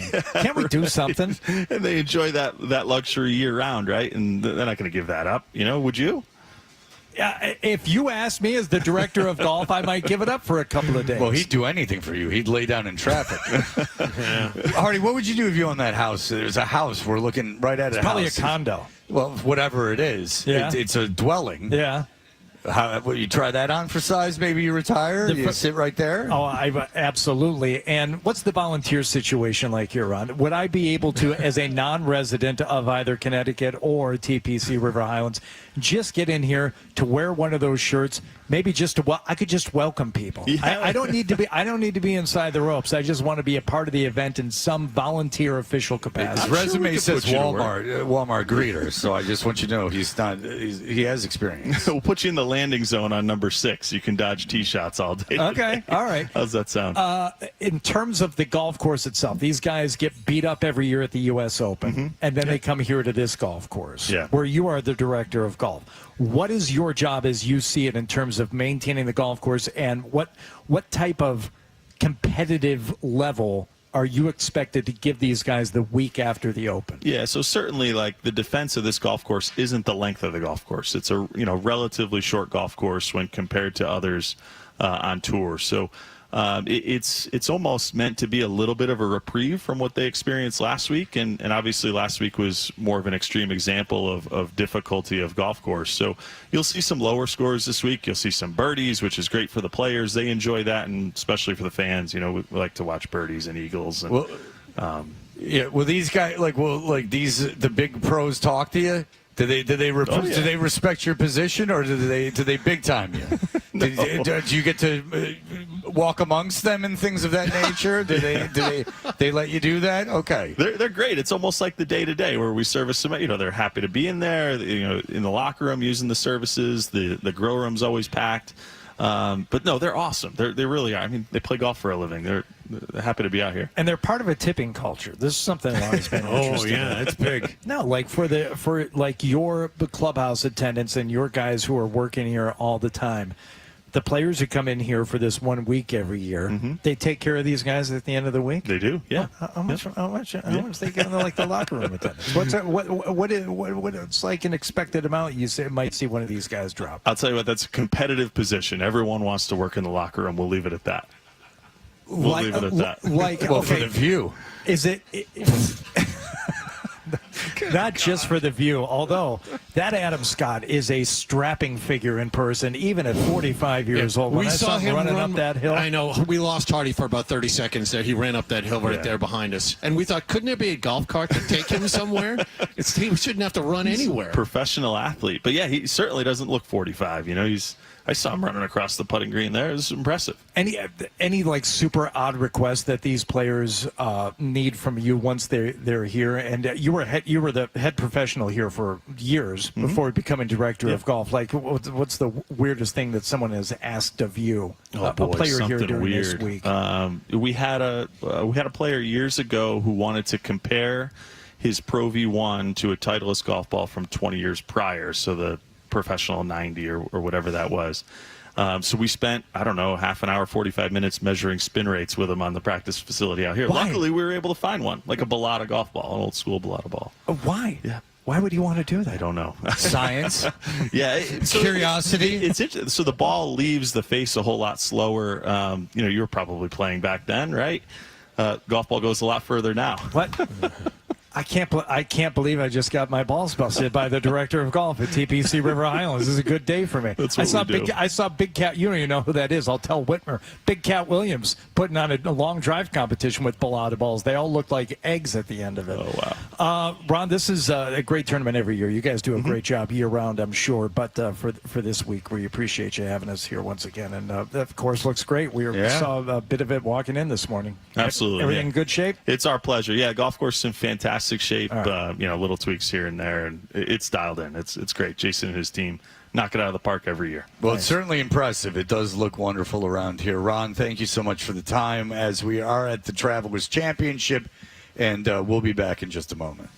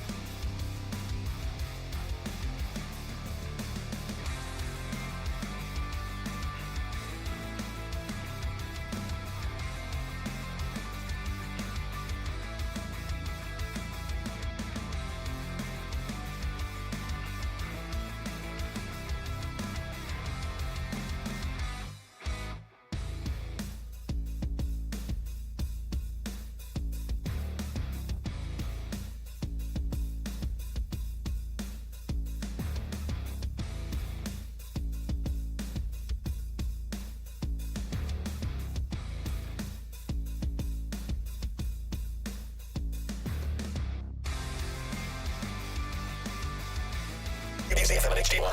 It's not just the game. It's Toucher and Hardy, Zolak and Bertrand, Felger and Maz, Joe Murray. For Boston sports fans, it's 98.5, the Sports Hub. Beasley Media Group Station. Essential Sports Hub headline presented by Celsius Energy Drinks. Seattle catcher Cal Raleigh hit a grand slam off Red Sox starter Walker Buehler to cap a 5-run second inning, and the Mariners off and running to an 8-0 win late last night over the Red Sox out on the West Coast. Buehler allowed all 8 runs in 3 1/3 innings of work to take the loss. Sox managed a total of 2 hits for the night. Seattle snapped their 6-game winning streak. Garrett Crochet will pitch against the Mariners this afternoon. The San Francisco Giants hosted Cleveland last night, and DH Rafael Devers was 2 for 5 with an RBI in his first game for his new team, a 3-2 loss to the Guardians. Before the game, Devers met the media and took a second to thank the people who had watched him up until now. Like I said before, that's in the past. I'm moving forward. I really don't want to talk about it. He said to the media then that not only did he feel welcome in his new home, he'd play any position his new team asked him to. He then went out and took grounders at first base. Sam Reinhart scored 4 goals last night. Florida blew out Edmonton 5-1 to win the Stanley Cup Finals in 6 games. That makes back-to-back cups for the Panthers, who beat the Oilers in 7 games last year. Sam Bennett was voted the Conn Smythe Trophy winner for playoff MVP. And in NBA news, Game 6 of the Finals is tomorrow night. Indiana set to host Oklahoma City, down 3-2. Pacers star point guard Tyrese Halliburton will undergo an MRI for what's reportedly a strained calf muscle, but he is expected to try and play tomorrow evening. Sports Hub headlines are brought to you by Eastern Massachusetts' leader in drain cleaning and pipelining, Drains by James. Slow drain, clog drain. You need to contact Drains by James today at drainsbyjames.com. I'm John Wallach on Boston's Home for Sports, 98.5 The Sports Hub. Your next update at 8:30. When breaking sports news happens in Boston, News this morning, Marco Sturm. it happens here. Former Bruin, now current Bruins head coach. The hiring made official today. Boston's home for breaking sports news and your flagship station for the Boston Bruins all year long. 98.5 The Sports Hub. You said you wanted to hear more music in the morning. Never had to knock on wood, but I never had it yet. Oh, you said you didn't want to hear more music in the morning. Okay. Here's more Toucher and Hardy on the Sports Hub. We interrupt this program for breaking news. I can't use it. Newsflash. Hey, we're Toucher and Hardy live from the Travelers Championship Celebrity Pro-Am in Cromwell, Connecticut. And we can be watched on YouTube if you subscribe to 98.5 The Sports Hub on YouTube. This is another kind of warning to us before we get to the news from Paul on the email. Good morning, guys. Hope everyone had a safe trip to Cromwell for the golf tournament. But this is my concern. Do you guys know, do you guys have show security with you? Known criminal Scotty Scheffler is in the field this week and hoping the station has taken the proper precautions to keep you safe with someone like that in the area. Please keep your head on a swivel. Concerned listener Paula P1. Does that concern you, Hardy? It does not concern me, and I know if Albert Breer were here, he would probably take this opportunity to try and make sport of me again. But I believe Mr. Scheffler was rightly vindicated in that whole situation, and no, there's no fear of the recklessness that we were believed to have been displayed by Mr. Scheffler at the PGA Championship well over a year ago now. Well over a year ago now. I'm not prying. They're not prying eyes, but I see on your computer because it's facing me that you are feverishly researching our Eric Cole. Eric Will you bring up his late Fred B. Fuhrer Jr.? The tribute that he paid to Frank V. Fuhrer Jr. There's something about him that I think you will appreciate about a lot of these guys who, when he first came in, we talk about guys like in the minor leagues in baseball, but beyond that, there isn't really another pro sports comp to what professional golfers have to do. The mini tours, making ends meet. And Eric Cole is one of these guys who's like paying entry fees with a credit card, hoping to God he made a check so he could pay his credit card back and make it to the next week of the tournament. And then getting in a car that he's rented or borrowed and driven, to the next tournament, hoping for a sponsor exemption or something. You know, if you're in the NBA, if you're in the NFL, and even if you're in the NHL, you don't have to worry about making ends meet. The majority of the golfers lose money every week, Fred. I mean, seriously, and especially when you're just starting out and you're coming from like a mini tour and you're trying to make your way onto the PGA Tour. Get free Hooters. These guys they really don't know if they're going to be, forget about making money, how much they're going to be in debt after, you know, trying to play in a tournament from week to week. So, and he's one of these guys. I respect it. All right, but I can't help but notice on a different subject is that we're staring right at these condominiums. Yeah. And in all seriousness, is that the dream? Is that the dream at some point to live in a condominium or a home? I'm not this close. I'm not making a bit out of this. I'm really not. The thing that would bother me most about that is not being able to maintain my own property. Like, I want to go out there and take care of the surroundings, the landscaping. And if you live in one of these places, you're probably not even allowed. You're probably not even a garden. You're not allowed to have a lawnmower. You know, you want to go out there and paint the trim on on the window or something. Oh, no, you can't do that. That's against regulations. But you can get all the trim you want inside. Hey, you know what I'm saying? Is this a swingers community? Do you think? So maybe there's a lot of upside down pineapples. I've noticed. So maybe you live a mile away from a golf course. Well, no, that defeats the whole purpose of what Fred is talking about. The mile. I mean, every house is probably about a mile away from a golf course. How about this? How about a winter place on a golf course that's a condo situation where I can come home and be back in New England in the summer and take care of stuff. But there's one place I live in on a golf course. Yes. So you will live in New England for the rest of your life? I think so. You're not going to, are you? No. No. I know I'm not. So, no, I'm moving. You're out of here. Oh, Dennis? Yeah. I'm out of here. You're gone? Oh, yeah. Oh, yeah. Just Give gone. me an opportunity, man. Gone. Dennis is all into boats and stuff. You don't want to be up here. Getting on that boat.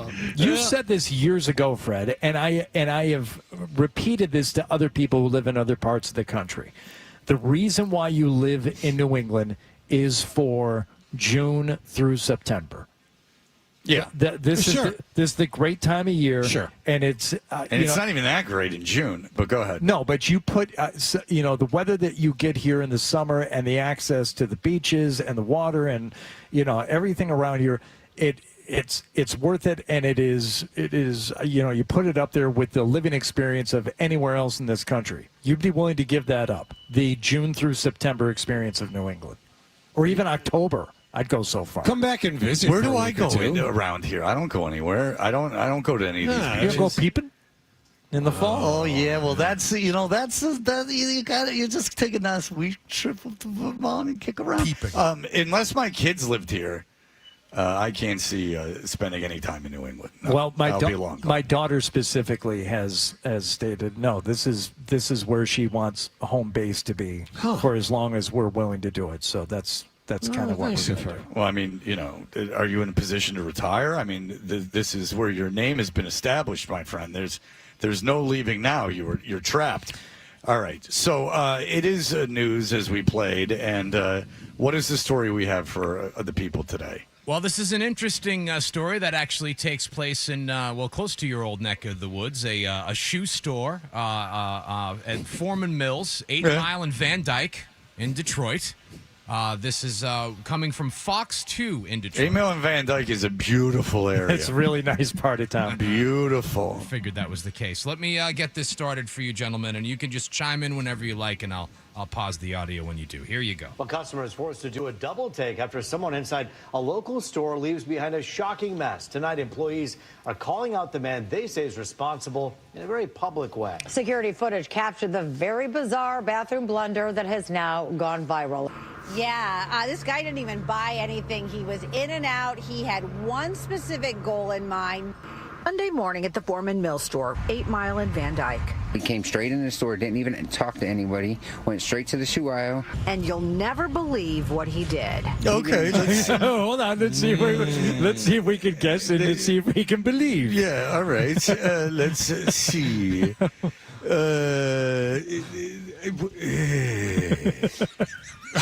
Was it a photo shoot?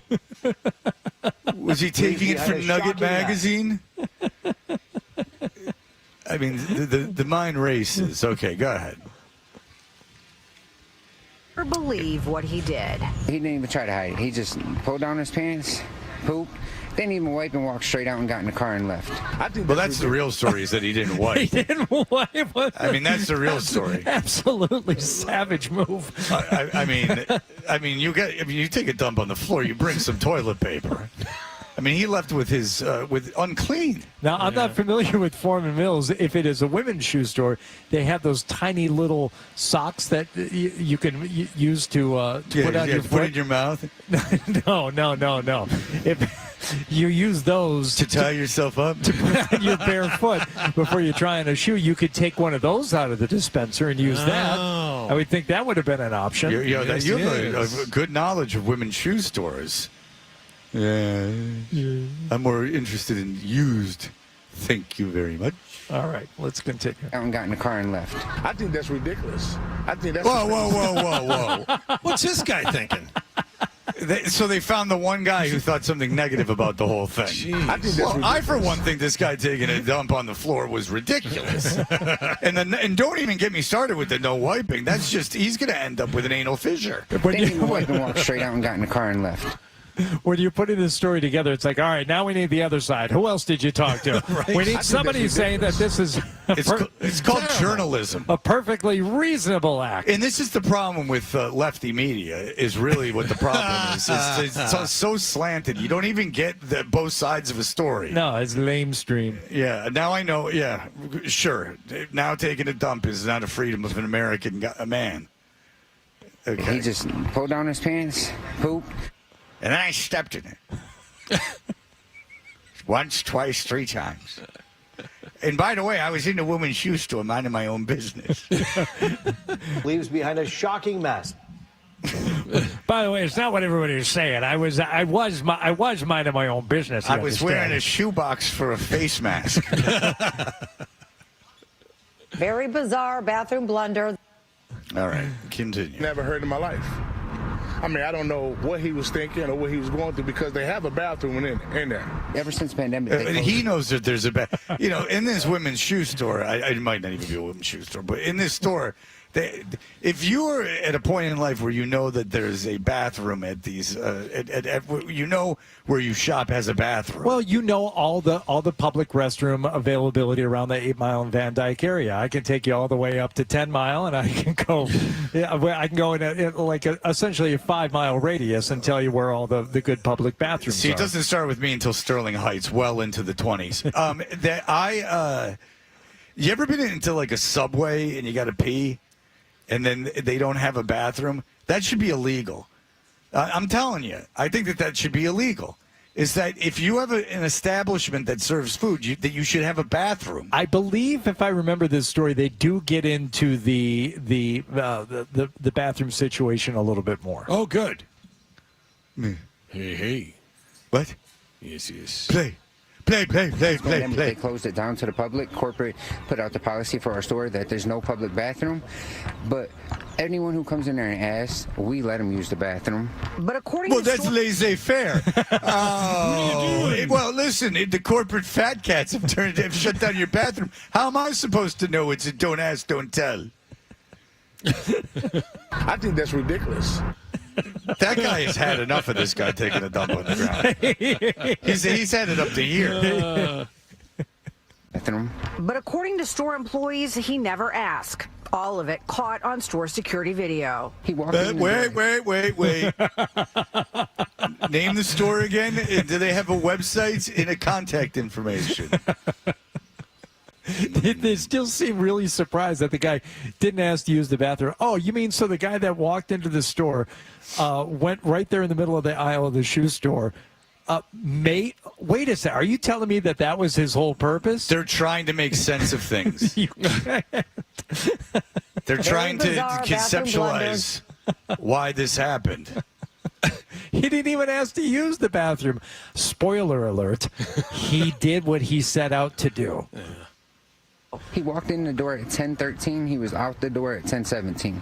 And he wasn't alone. The other guy walked into a men's department. I didn't see anything in the men's department, but No, because I was disinterested. It seems like that's what they came. I didn't see anything in the men's department. It was of no concern of mine. No consequence. No. I'm not gay. What did these? I take dumps in the women's department.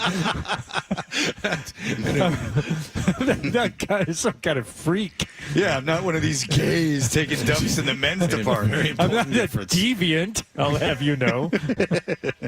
Because they didn't talk to anyone, didn't grab nothing, made a beeline straight for the shoe department, used the bathroom and just left. It's all so mind-boggling. We get a lot of wild stuff there, but I did not. That's a first there. When I seen it, I just thought, no way. That's why I reviewed the camera so quick, because I was thinking maybe it's a kid and an accident happened. Oh well, I don't like the sound of that. I got excited.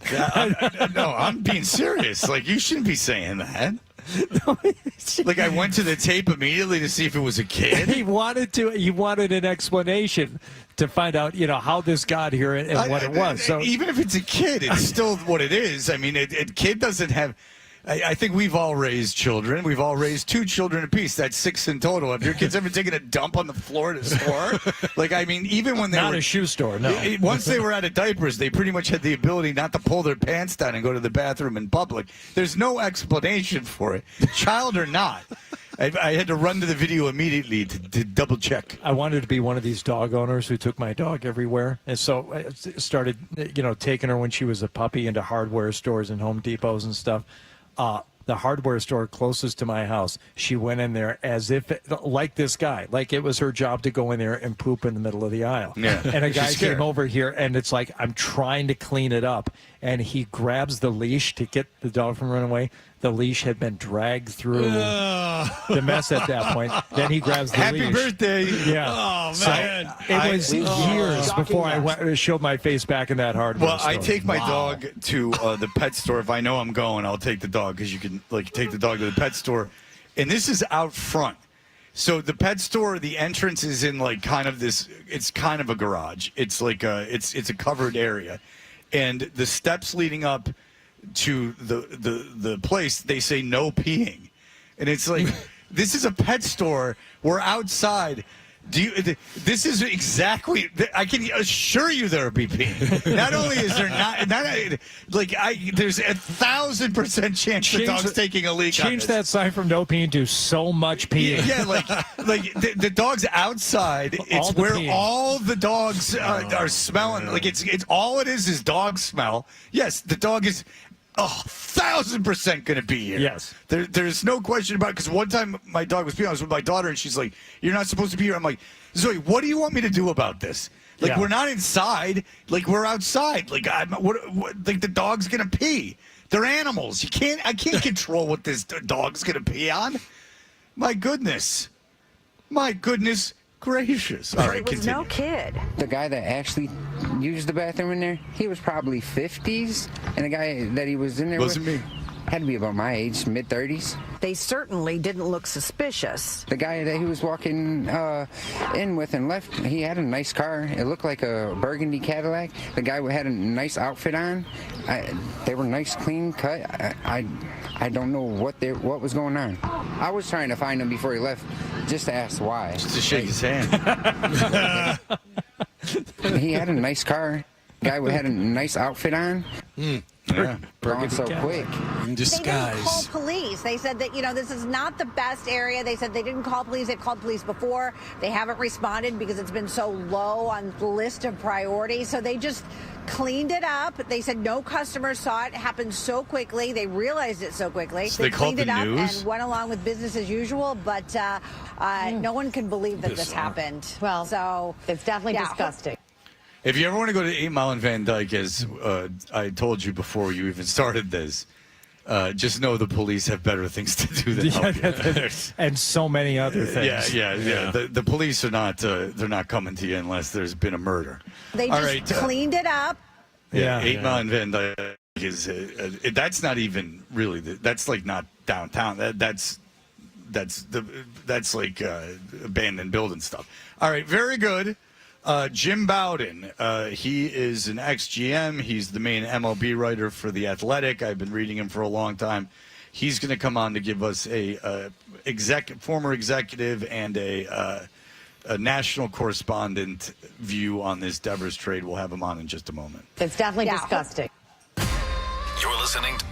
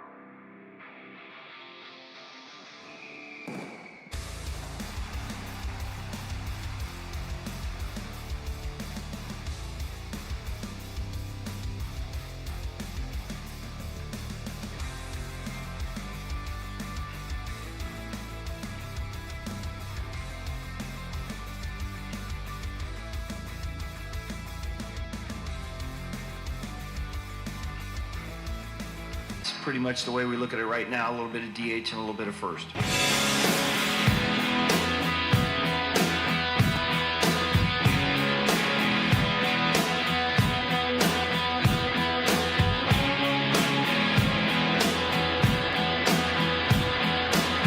Toucher and Hardy. We're live from the Travelers Championship Celebrity Pro-Am in Cromwell, Connecticut. The Travelers Championship is the Northeast one and only PGA signature event. And Jim Bowden not only is New England born and bred, he's also a graduate of Rollins College. Oh, hey now. Is that right? What? Where? What are the odds? Where I went. Now, is he distinguished alumni on the website? I don't know. I'll have to Wikipedia that because I'm not distinguished alumni of North Farmington, but I am distinguished resident of Farmington Hills, Michigan. Interesting. And so I'll have to get on the case. Jim Bowden, of course, was a wonderkin. He was a general manager, and now he is a big-time analyst. He's at The Athletic. And Jim Bowden, thank you so much. I didn't know we would be able to get you, and I suggested it after the show yesterday, and here we are. I appreciate you coming on. Yeah, thanks for having me on. I appreciate it. What year you graduate Rollins? In 1983. Oh, you're much older than me. Were you in a fraternity? Phi Delta Theta. Oh, I was SIGEP. SIGEP. Is that bad? No, Phi Delta and SIGEP were the two good fraternities. Oh, okay. Those were the two good ones. The good sorority was Kappa Kappa Gamma. When did you stop talking about your fraternity? Because I'm hoping it's soon for Fred. At what year past graduation can we expect him to not mention that he was in a fraternity ever again? Well, for me, it was 1984, and I graduated in 83. So yeah, that seems to be appropriate. No, yeah. It's how I really identify myself. Hardy's right. Not a day goes by where I don't think about that I was a SIGEP. Yeah. Oh, he loves talking about pledging. And I can't stop, really. It's become a crutch. All right, Jim, thank you for joining us. First of all, just give us your thoughts on the Rafael Devers trade. Well, I mean, I think it's an absolute nightmare. You're trading a 28-year-old superstar like Devers and getting very little in return for the talent that the Red Sox traded, and to think that you're doing this after the Mookie Betts disaster. And, the first thing I thought of is, so you trade Chris Sale, Mookie Betts, and now Rafael Devers, and the best players you got back for all three were Alex Verdugo, Connor Wong, and perhaps James Tibbs III. I don't know what to say to that. And I think, look, if the Red Sox wanted to trade Devers to the Giants, I could have rationalized it, but the trade would have had to start with Bryce Eldridge coming back, and it would have had to include either Hayden Birdsong or Landon Roop as a second player in the deal, and then Tibbs could have been the third and Bayo could have been the fourth. That would have been a good package, and I could have rationalized that because I could have argued that Eldridge is a 30-home run future first baseman, so you solve that spot, and you've opened up a place where you can keep the three outfielders plus Anthony. And, that would have made sense, and you would have added a starter that would have been able to slot in right after Garrett Crochet at the top. And, I could argue that would make sense for the short and long term. Hard for me to rationalize this. Hicks is a middle reliever. He's got a good arm. He's a failed starter. They've tried it a couple of times in his career. Harrison's got a good arm, doesn't have command and control, tough delivery. Maybe the Red Sox pitching room can help him, but, he's not a frontline starter. At very best, he might develop into a third or fourth type of starter. And Tibbs, look, I loved him at Florida State. I did. I think he's got a plus hit tool, a plus power tool. He'll end up at first base. But he's no ceiling close to Rafael Devers, and I won't be covering him in any All-Star games or any award ceremonies for Silver Slugger or Gold Glove, and he may end up being a platoon player. And I like Bayo's arm. I get it, but he's a teenager who weighs 160 pounds, who probably, based on algorithms, has a 3% chance of making the big leagues. And that's the return for a 28-year-old superstar who's hit 30 homers 3 times in his career. This year will be the 4th. the best hitter on the Red Sox team. I mean, I feel like you're bringing me back to my childhood, and there goes Ken Harrelson and Reggie Smith and Fred Lynn, and it's like, do you really have to take me back there to Mookie Betts? I mean, really? We have to do all this right now? So, yeah, very frustrating. But, look, I'm very happy for the San Francisco Giants fans because they keep trying on these big free agents. They can't get any of them, right? Couldn't get Aaron Judge or Shohei Ohtani or Giancarlo Stanton. And so Buster Posey goes in there and gets it done. And, look, I covered Posey when he won the 3 World Championships as catcher of the Giants, and I always thought he was wearing a mask because he was a catcher, but now I know it's because he was going to commit a heist and a robbery, and he did it to the Red Sox. Okay, so explain to me Breslow's thinking. Now, the rest of the league is saying we had no idea that Devers was available. He deals. Are you hearing that too? He dealt with one team. He dealt with the Giants, and that was basically it. Is that what you're hearing? Well, all I can tell you is Buster only said he reported that he wasn't shopped, and all I can confirm is that 3 GMs confirmed with me that they found out about it the same way I did when the news broke, and they had no idea they were moving it. But I'm not saying it's every team, and I can't confirm they didn't shop it to some teams. So I'm not going to sit there and make a statement that isn't factual outside of Jim. It's what just that every team didn't know is fair enough, because this is what I'm asking you as a because they got nothing back. We've established that everyone's in agreement with that. So, and I'm a Cardinal fan. I know all about Hicks. Maybe they'll get 5 innings out of him in the next 2 years. Sure. So, look, he throws 190 miles an hour, but good luck getting him to do it on a consistent basis. So, what you were a GM, so explain. It happened. So, what is the rationale for settling for that, and what is the rationale for not shopping them everywhere? Like, explain that to me. Well, I mean, first of all, I always felt and I believed, I was only a GM for 16 years, but in those 16 years, I always believed you had to do your due diligence when you're trading a player. And I would always give a report to my owners of what every other club said. So I would never have traded Devers without explaining, here's what the other 29 teams offered me or had interest or didn't have interest, et cetera. That's just called due diligence. So that's one question. The whole Devers situation that's frustrating, and I know you guys, I'm sure, have talked about it forever, is that the mistake happened when you signed Bregman, because all you had to do was bring Devers into the circle prior to even negotiating with Bregman and tell him, look, we're going to do everything we can to sign Bregman. And if we do, we're going to move you to blank, whether it be DH or first base. And we want you to buy in. We're paying you $300 million. We need you to do it. Whether you like it or not, you got it. And I would work the relationship. And so when Bregman signed, it's not a shock. It's not a surprise. And you're not asking him after the fact. You made him part of the process. But you alienated him. And then you asked him to move to DH, and he balked because of the way it was handled. But if you really want to give him a little credit, He finally agreed to do it. It maybe took a few weeks, and then he got off to the slow start. And then what did he do? Did he pout or did he hit? Right? He went and hit.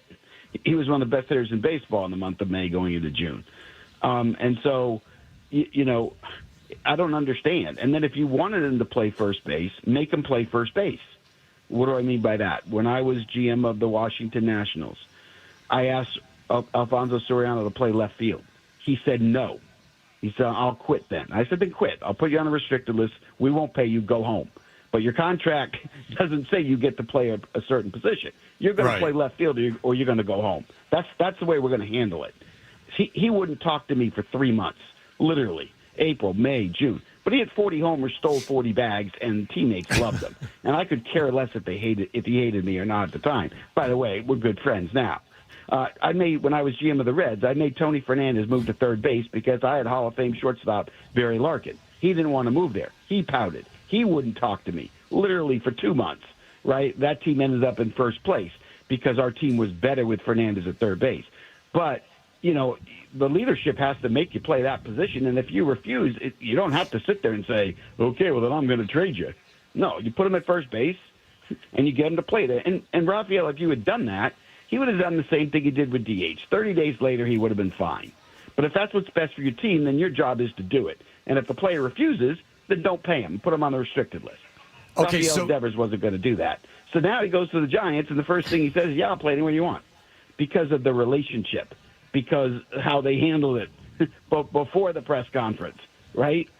So, yeah, I think it's frustrating. I think if I'm a Red Sox fan, which, I grew up a Red Sox fan, it's frustrating. I'm in New England now. I'm living here. It's frustrating. Yeah, it's funny because I've heard other GMs on other shows talking about that too. In the relationship with your star players, that they were in the mind of star players ultimately are what win championships and win games, and that it was a strategy. This was the '70s Reds, in that the strategy was you brought these veteran stars in on decisions that if everyone was functioning in that fashion, that this is before you would make a deal or something like that. If everyone was functioning in that fashion, the communication throughout the organization is on point, and then the results are better. Is that how things go, or what you're feeling on that? Yeah, I mean, look, I had situations, and to your point, it was Sparky Anderson, and he taught me that. When I went to Cincinnati, he and I had a good relationship in my early tenure, and I reached out to him, and he told me when they won their world championships with the Big Red Machine, he said, you better believe Johnny Bench and Tony Perez and Pete Rose and Joe Morgan, they were in my office, and we were communicating all the time, because I know that they're the ones going to play the game, not me, and I need them. And when I was in Cincinnati, I leaned on Barry Larkin for everything. Before I would sign a Tony Fernandez or Benito Santiago, I would get with him, because I need to make sure that the players were on board, because you gotta build the culture, right? I mean, you win with a team, you don't win with individuals. So if I would bring in Benito Santiago, I would check with the room, because there was he was kind of like a lightning rod, and we didn't want a sour apple to ruin the culture that we had in the mid '90s when we had a team that had just been to the NLCS. And so, yeah, I think it's important to get them involved. Boston really, is a very young team. You don't really have that nucleus. You brought in Bregman. He was that guy. But unfortunately, with Devers, it just was mishandled. It is what it is. And then they moved on. But here's my other question. Why are you trading him on June 15th? Why aren't you making Buster Posey wait till July 31st with an hour to go to the deadline? You don't think you're going to get Eldridge then? I do. Because where else is he going to get a bat? And if he doesn't get a bat, he's going home. He had to get a bat. And there's only like 5 sellers right now. There's only 5 teams that are more than 9 games out. And that's the thing, Jim. It drives me crazy. Lord, exactly. This whole notion, there's 2 things. This whole notion of now we've freed up money and now we've done this. 2 things. One, now you're going to have to give up other assets to get anything, when you already gave up your best asset. Right. And then that's right. On top of that, what teams? What teams right now? The White Sox have nobody. Who on the Rockies are you to go get? Like, what teams are you? And then you're competing with everyone else. You just said it. Like, it's just so insulting. And believe me, I know baseball. It's a marathon and all these things. And I don't get too riled up about the Red Sox. Believe me, I don't. But this deal is inexplicable to me. That the timing and then the selling of it is, well, now we have all this money and we can make all these moves. For who? And now what are you going to give up to make these moves? But even before then, it's Breslau's excuse is addition by subtraction. And some teams, Jim, I imagine that works. But looking at this lineup where you have rookies hitting 3rd, 4th, and 5th every night, it's mind-boggling as a fan to watch this. Yeah, you can't use addition by subtraction with a superstar who's 28 years old. He's an aircraft carrier, and the Red Sox are going to learn the value of what he meant to this particular team this year. They're going to learn between now and the end of the season. When the Cubs couldn't quite get over the top, right? And what did they do in the offseason? They traded for Kyle Tucker, who is a similar age, impact bat like Devers. And look what it's done to the Cubs, because it's not just what Tucker has done, but it's what he does to Pete Crow Armstrong and Seiya Suzuki and everybody around him. There's an aircraft carrier. That's what he is. They carry. When a team is slumping, a guy like Devers carries you. You win games because he's sitting there. and and you've got Bregman on the IL too now. So you got your two best hitters you can count on. Neither one's in the lineup right now, and you're going to have to rely on the young players to do it. And there's really good young players on this team. Don't get me wrong. And I'm sure in the offseason they will reallocate that money, and there will be some good free agents out there. But that being said, this money saved argument makes no sense, and the return makes no sense, because that's the piece that you needed to get solutions long term. And if you had made Devers into Eldridge and Birdsong, that's huge. Now you've got a spot for the three outfielders in Anthony. You got the big power bat in the middle of the bat. Now all of a sudden you're there. And Birdsong helps you in the rotation. It just would have been one step closer. Then you go to free agency, you get one starting pitcher in the offseason, and boom, you're there.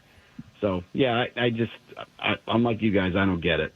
Yeah. Well, the money saved argument, too, makes even less sense when you realize they'll keep that they'll make a couple of moves, but then pivot away from those moves after a year or two, and whatever money spent will, unfortunately, looks like it'll be for nothing, just like it was with Devers. So I don't know what to make of it. Well, there's no, you just get rid of guys in their primes. Right. All right. Jim Bowden, excellent stuff. You can read him on The Athletic. He's all over the place. MLB Network, Sirius XM, all over the place. Jim, such a pleasure. I'm very happy we got you, and thank you for all the great work. Yeah, thanks for coming on. I appreciate you guys. Go Tars. Yeah, there you go. Hey, listen, my kid might play there, baby. You keep your eye on him. All right, Jim, thanks so much. I appreciate it. All right, there you go. The great Jim Bowden. That's great. Yeah, because I knew he'd be like that. Yeah. Because it's the only thing that makes sense. No, none of us. I wanted a GM. I wanted a guy that was a GM. Seriously. So this is nonsense. Yeah, a guy. Everything he said is exactly what's true. Exactly. He was successful at what he did. He looks at that and goes, "This is ludicrous." Makes no sense. Because I know I'm right. Yeah. I know that people know more than me at these organizations. This was wrong. I know that I'm right, but just please, someone who actually really knows, tell me that I'm right. No, I wanted a GM to say everything we've been saying because I'm right. Stimpmeter. There you go. Oh, where? Where's Stimpmeter? All right, we got it. There it is. All right, we'll be right back. Sports Hub headlines presented by Celsius Energy Drinks. Seattle starter Brian Wu allowed one hit over 7 shutout innings. He threw the Red Sox under a bus. Seattle wins 8-0 out on the West Coast last night. Cal Rock.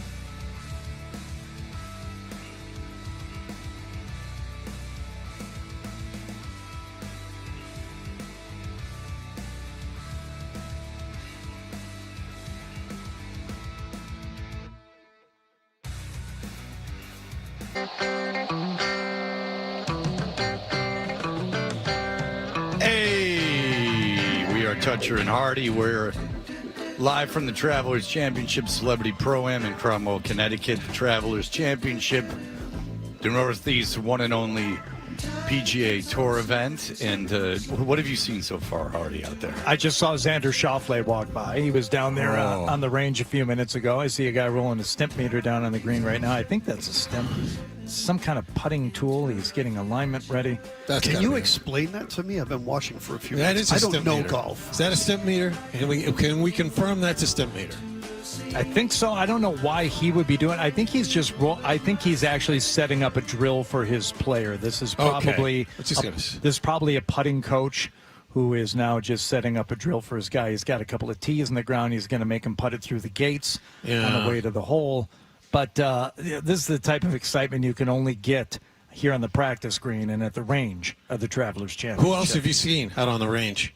We saw Justin Thomas. You were very quick to point that out. We saw Schauffele walk off. Who else? We saw we saw Adam Scott. Now, starting tomorrow and then for the rest of the weekend, Scotty Scheffler, Rory McIlroy, these guys will be here on the range every day, and they'll be here for all 4 days. So you just got to pick your spots. If you want to guarantee seeing one of these guys, be here about an hour before their tee time, and that's generally when they'll be on the range warming up before their rounds. Today is a little different because it's a Pro-Am day, and things are a little more scattered. Some guys are just doing practice rounds, so it's a little more loosey-goosey today, not as regimented. Yeah, I don't care for the loosey-goosiness, if you ask me. I like a more regimented affair. These guys are making long putts, though, I got to tell you that. That guy in the white just made like a 40 or 50-footer. Yeah, I mean, I'll tell you what. What if he was on our scramble team?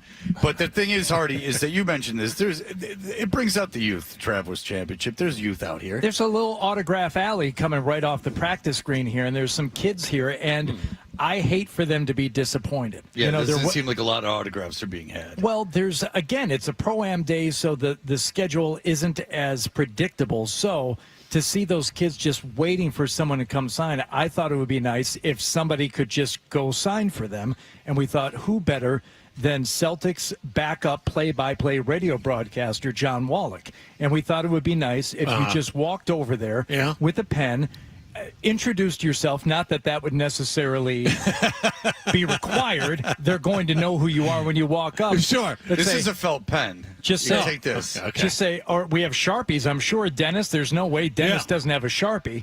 If you could loan John a Sharpie, what we'd like you to do, John, is walk over there, just say, hey, everyone, John Wallach from the Sports Hub and backup broadcaster from your Boston Celtics. Who wants an autograph? Who wants an autograph? All right, I'll do that. Okay. Yeah. No need to get up right now. I thought we were going to do that right now. We have to break. And Kelly, if you would maybe document this too, Kelly, just go over. Sure. We could probably get a video of this to see if anyone actually takes John up on his offer. Someone heard it, and now someone wants an autograph. Yeah, is that right? Do you want an autograph from sure. John Wallach? Come here. By all means. Come on over. Now, make them personalize it because you can't sell it on eBay. Okay. Yeah. All right. All right. This isn't. John, personalize it for the young man. Take your headset off and cover up that pesky Travelers logo. All right. Go ahead. Just Charlie. Charlie, do you like backup? Do you like the Celtics? I'll watch them every once in a while. Yeah, you'll watch them every once in a while. When was the last time you listened to the radio? That's a better question. Oh, today. Today. Wow. Well, look at that. The youth. And who says? But listen, do you know at school? Give him the mic. Actually, put a headset on. Put a headset on him. Yeah. Yeah. Put a headset on him. Let's get a headset. on This is great. All right. Put a headset on him. I have questions. We're gonna swing. Our engineer is gonna help you out here, Charlie. Yeah. All right. So there you go. What's your name? All right, hold on. He's going to turn you up. All right, here we go. There we go. What's your name? Charlie. How old are you? 9. Okay. Do you where you go? What grade you in? 3rd. Okay, so 3rd grade, teacher's sick. Who comes in? What is the person called who comes in for the sick teacher? Yeah. Oh, you're homeschooled. Yeah. Oh, okay. All right. Teacher's sick. You get a substitute teacher, right? Mm-hmm. There's someone who's paid not a salary so much is by the days they teach. Right. Yeah. Kind of a backup. John is that to the Celtics radio broadcast. If someone gets sick, or decides they want to call a UFC fight, then John either or. John swoops in. Now, if you had to say John looked like any animal, what would you say it is? What do I look like? What animal do I look like? He looks like a dang bird. Yeah. Yeah. Now that you mention it. Yeah, he looks like a big dumb eagle, doesn't he? Yeah, he does. You see, you know what this is called? This is called bullying. Yeah, That's something you don't want to do when you get older. Listen, you're homeschooled. You don't have to deal with these All right. things. All right, look, what do you want him to say on there? Now, this is going to make this worth a lot less money. I just want you to know if you're planning on selling it. This is no superstar here, young man. Charlie, I was going to say, thanks for listening. John Wallach, 98.5 The Sports Hub. Is that good for you? Is he lying by saying thanks for listening? No. Yeah, because he listens. Charlie, Okay. what would you like to do when you grow up? What type of job would you like to have? I mean, I'm still working on that thought. Yeah. It's about time you start settling down into a real idea of what you're doing and training for it. I mean, you're in third grade, for God's Well, sake. maybe follow your dreams or something like that, Wall. Like, take up the whole flag. Have you ever thought about being like a astronaut or something? Or a doctor? No, not A really. lawyer? A golf? Would you like to be in the world of golf? I do like golf. Okay, so why not? Say you're a professional golfer, and but if you ever get sick and can't come to an event, some lesser golfer can come in and take over for you, and that's kind of what John does. That's what John does. He's Yeah. like the guy who's not as good as the other guy, but comes in to fill in if he's sick. Yeah. And you just got him to sign something. And you got his autograph. Who are you looking forward to seeing this week? What golfers? I was thinking maybe Sky Sheffield. That's a good one. That's you know what? You can't get any better than Best him one of right all. now. He is the best. All right. He is the opposite of John Wall. Well, your mom is is this your mom that's with you? Yep. All right, well, she's very nice to take you here. Thank you very much. I mean, and let you run around here all day. And now look at you. Have you thanked her? Now dozens of people have heard you since you've been on the radio. Yeah. Yeah, wow. You're going to be a big superstar. All right, buddy. Thank you so much for coming on. And you can thank John. Yeah. And when you get older, if you write a biography, Thanks. maybe mention this incident. You're welcome. All right. Thank you There so you go. much. Thanks, Charlie. All right, Thanks, there you go, Charlie. John, this is only a bit of a prelude to when the people really go nuts when you go over there. And there's grown women who are going to be throwing themselves at you. All right. We'll take a break in just a moment.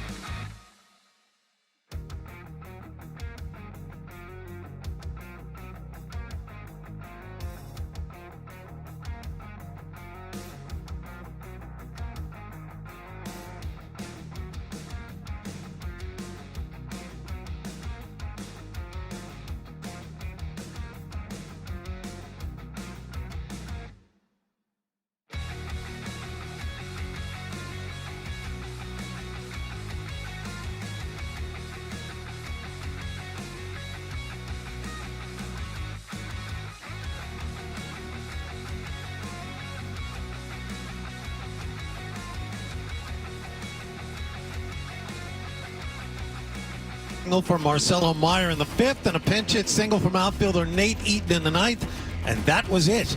Two teams wrap up this 3-game series late this afternoon. Garrett Crochet will start.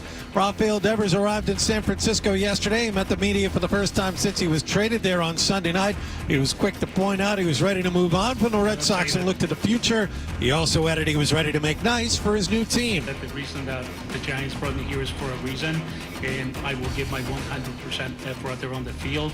Happy to meet my new teammates. I'm always a happy person, especially with Willie out there. And also, I saw my teammates from afar. They always inspire me, and I'm now happy to be part of the team. He added he was ready to play wherever his new team wanted him to. He quickly took grounders at first base after he finished his press conference. He was the DH in his first game for the Giants last night. He had 2 hits and an RBI in a 3-2 home loss to Cleveland. In Florida last night, the Panthers won their second consecutive Stanley Cup. They blew out Edmonton 5-1 in Game 6. Sam Reinhart, 4 goals in the win. Sam Bennett voted the Conn Smythe Trophy winner for being the playoffs MVP.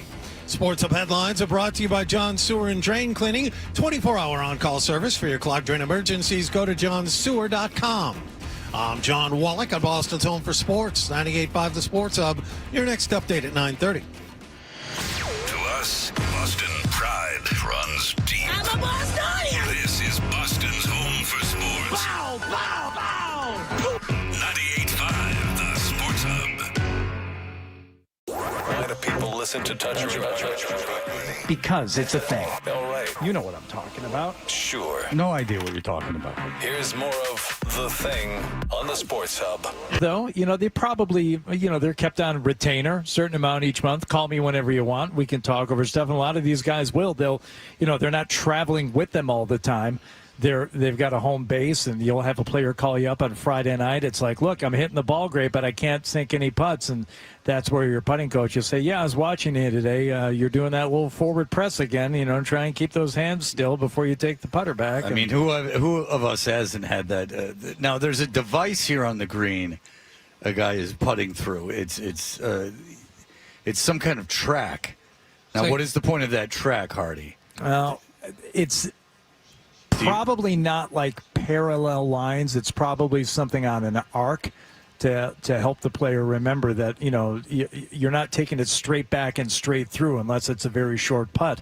The putter arcs a little bit, so you set that thing up to just try and groove the path of the putter blade. Sly Stone just recently passed away, and I've always equated the music of Sly and the Family Stone to golf in that it's all about the groove. Yeah. You know what I'm saying? Yeah. Once you hit that groove, you get into a very funky place, and that's the kind of thing with putting. Is that, like, once you hit that groove, you're in the Mayor of Funksville. See, and that guy's in the groove now. Now he's grooved his putter path on that thing, and now he's stepped away from it. And look, Titanic, consider it sunk. That's fun verbiage. Thanks. Now, John, go over there and see if anyone wants an autograph, if you would. Yeah. Seriously, right. go over there and Kelly, see if someone... Can you walk over there with John to see if anybody wants his autograph? Let's just see. Explain to him that you do Celtics games. Yeah. Okay. You got the Sharpie still? Yeah. Dennis gets you that Sharpie right away. Lickety split. Don't worry about it. Because there's people waiting for autographs already. This kid, his mom made him get an autograph. Well, John's, he didn't want it.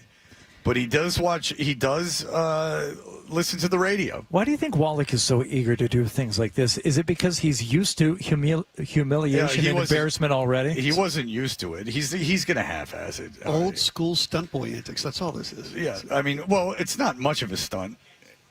No kids. Okay. Are there adults? I see one kid. There's one kid standing there with his flag right now, John.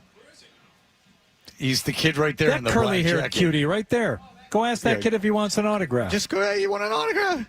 Or ask anyone. An adult, just go up to anyone and ask them if they want an autograph. I mean, I don't know why they have to be standing in that particular area. I mean, there's a lot of people probably about 60, 70 years young. All right, John's walking outside the tent now. He's about 30 feet away from us. Oh, and there's a little girl with one of those big oversized golf balls. Oh. Yeah. Are there any adult women with big bottoms that perhaps he could get their autograph? The kid's handing over his flag. Oh, no. Probably. He shouldn't sign it. He's taking the plastic off of it. Oh, John, don't really sign it. He's really going to sign it. Oh, boy. He's signing it right now. Now the flag's worthless. Scott in Rentham. Hello, Scott. Hey, shocker. I just heard Dennis's voice. Another day outside the office. Shock of the world right there, buddy. Yeah. Unbelievable. Yeah, Dennis said, but go ahead. No, did he stay over at the hotel, too? Yeah, I mean, he had to be here at like 4 o'clock in the morning. He's been up since 4. Where have you been, buddy? Huh? What are you doing? Got to plug those plugs in, huh? Make sure the power's on. Yeah. Well, yeah. I don't understand the point of the call, really. Oh, well, Scott's I understand the point of the call, trust me. Absolutely. All right, here we go. David, go ahead. Hey, yeah, so this is for Hardy. So I live basically within the Gillette Ridge golf course in Bloomfield. I don't know if you've ever been there, Hardy, but I'm not a golf guy, so I can't say that I'm speaking from, like, excitement here, but my apartment is literally right next to the 11th hole, and it kind of sucks. There are people out here all the time, and I've gotten windows broken from people shanking off the green here, so it's not living the dream, that's for sure. What are you doing living on the golf course, though, if you don't care anything about golf? Well, it's just, the apartment complex that I live in just happens to be surrounded by a golf. Yeah, don't listen to him. How many times do you see people peeing? And I'm being serious. Like, it being on that golf course, how many times do you see people peeing? That's odd. Well, I can't say I'm looking out my window 24/7, but I would say once a week. Really? Oh, wow. Yeah. You Well, gotta he's keep also that in mind. off the 11th hole too, so people have a chance to go at the turn. So if you're peeing on the 11th tee box, you didn't plan very well. You could have gone, Thank you, David. You know my father claims he's played in these 3 courses he lives by in Tennessee. He plays them. Not as much anymore, but he used to play them, let's say, 2-3 times a week. Yeah. So say he's lived there 20 years. He's played there thousands of times. He claims no one has ever gone to the bathroom on the course. Yeah, he's not paying attention, and I said this before. It is more likely for someone in a group of 4 to go, multiple guys to go, than it is for no one to go on the course during the round. It happens virtually every time I play. I don't understand how you're supposed to go, like how my father thinks that you go 5 hours without going to the bathroom. Now, my father uses every restroom, which is great because I love it. Yeah. Because I like getting the tee with an 80-year-old man and then having him, struggle to the bathroom and then whatever it takes to get him to get that stuff out of him. Yeah. And then him to stand up and have to come back out. I like adding that 20 minutes to the round. Yeah. John, how did it go with the autograph over there? I told him who I worked for. I told him I was a backup. I told him all that stuff. I said, "Would you like my autograph?" He goes, "Yeah." I said, "How would?" He said, "Put it right there in the lower right-hand corner, right as far away from the middle where anyone can see it." Okay. And, "Do you just want my name there?" He goes, "Yeah." I said, "You want me to put your name in?" He goes, "No, you could just put my name. Just put your name in the lower corner. It's fine." I heard the second George Bush is going to be out here, and imagine if he goes to sign that flag, and then he sees that, and he goes like, "Oh, John Pollock was here." That's right. What about the little girl with the oversized golf ball there? No, she wanted no part of it. Did you ask her? No, I didn't ask. I was talking to her father. Her father was right next to her. It was the same. That was the kid's father. Yeah. He's like, "Are you talking? What are you talking about my son for?" I'm like, "That has nothing to do with you. It has nothing to do with him, sir. Believe me." He was like, "Are you making fun of my boy?" No. No, he was angry at you. He heard you guys do the play-by-play while I was talking to his son. He's like, "What are you guys doing?" Oh, no. Right. He was concerned. JP, go ahead. Honey, I'm a little confused. As host of the world-famous 98.5 Sunday morning golf show, 7 to 8, shouldn't you be over there signing autographs and they're lined up for you? And if so, will you be charging $5 or $10? That's a good point. I didn't think of that. They asked me not to, so as not to draw attention away from Scotty Scheffler and Rory McIlroy and the other guys. Well, there are 15 seats in front of us that people could sit in. And so far today, they've been occupied. Okay, here's have a seat, sir. Have a seat. By all means. Okay, enjoy the show. Sit down and enjoy the show. Yeah. Now your ticket price is now it's worth it. You'll be the first. Oh, wait a second. Well, he's got Travelers Championship on, so he probably works here. Are you volunteering or working here today? Okay, so you were the first non-volunteer, non-employee to sit in one of those chairs today, because everyone else has been here working in some capacity. This is the real show, my friend. That's right. Here we go. This is where it gets started. Yeah, this is absolutely the real show.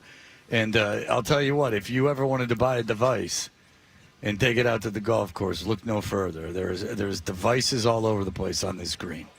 This guy's got, don't need to come back, sir. The gesture was appreciated. We're gonna be done soon. He left already. He left already. He had enough. It's 45 seconds. Yeah, you can watch this on YouTube and get that experience. There's a guy over there. I don't know what this guy is doing. Maybe he's like making putters or something, but he's got probably 15 different putters out of the bag, all propped up against it. Is weird?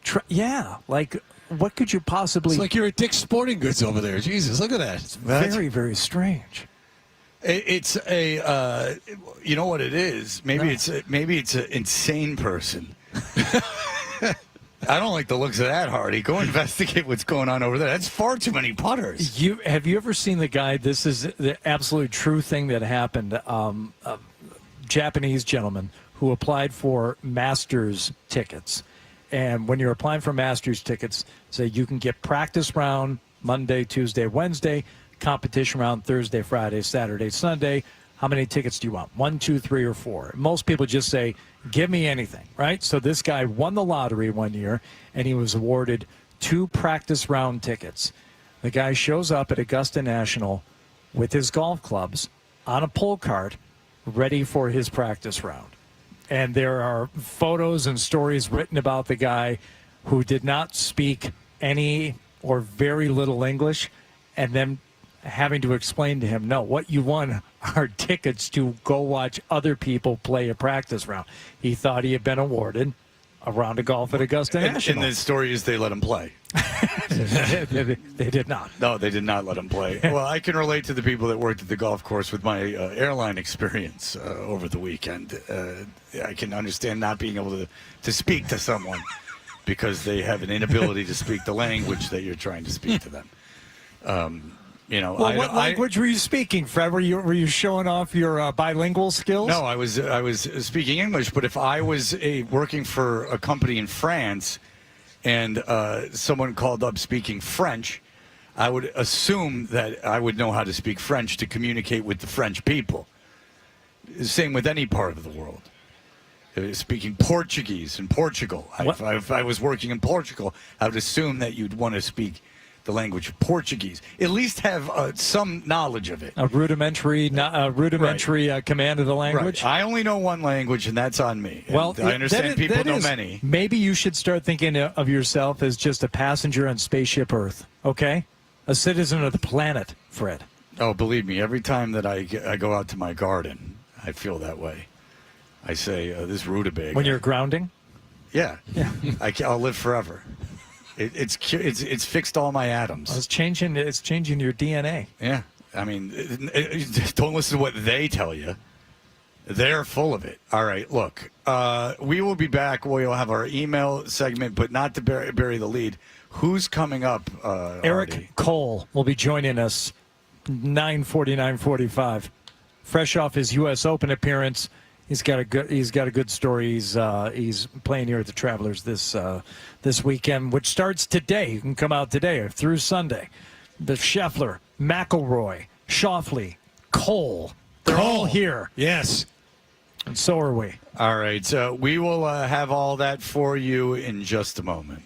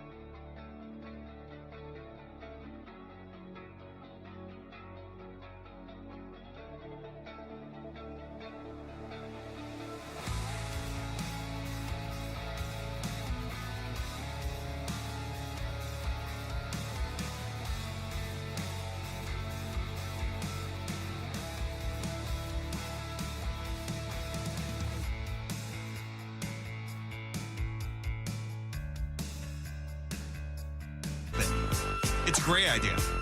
Let's do the email bit.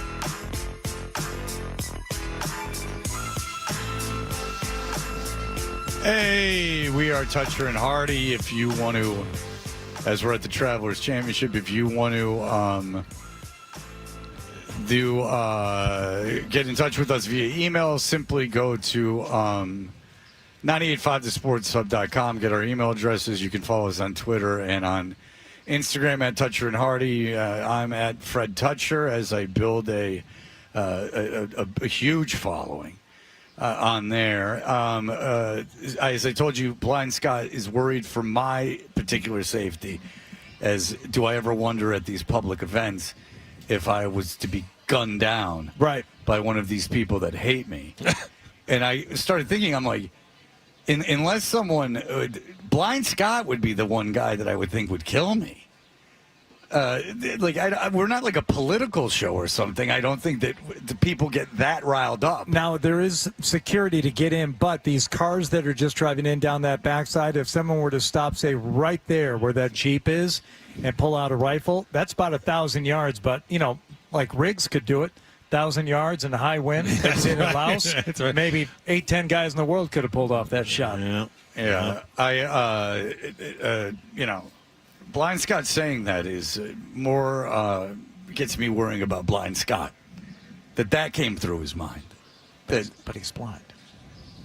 Not that he would. I mean, he could still pull out a firearm and just start shooting. I mean, you wouldn't be safe in that situation either. I think we're all right. I don't think he means us any harm. Perfectly safe. John needs to buy that kid a new flag. This is from Ben. Yeah. What happens if Scotty Scheffler signs that flag? Poor kid is ruined. A ruined flag. It's worthless for golf purposes. It's worth millions in bird seeds. Will forever known in bird lore, but the market is quite limited. That is true. John did sign a young man's flag, but the kid got to be on the radio, and I mean that is the ultimate prize for a young man. Go ahead, Artie. Sarah from Everett. Oh boy. Sad day. Her dog, Marshall /Marshy /Marshmont, named after the nose-face killer, diagnosed with some kind of brain condition, 14 years old. He won't be here long. Happy the other Marshy won yesterday. If you could just say hi and bye to Marshall, I'd appreciate it. Well, Sarah, that's terrible. And I'm sorry, but, just be thankful for the years that you had with your dog. That's all any of us can do. Somebody said, and I saw this on one of those poignant Instagram reels, Fred, that your dog, for every day that they're with you, they're your best friend.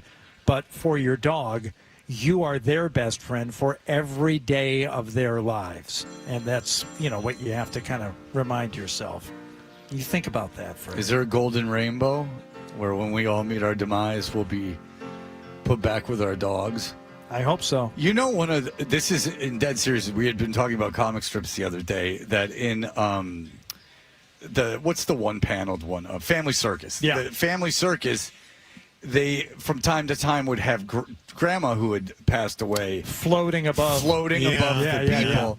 And to that I would think an eternity of just floating around the house that you, in the family, without being able to communicate, seeing everything they're doing and hearing everything they're saying, would be sort of a hell. Yeah. Don't you think? I mean, it's supposed to make you feel good.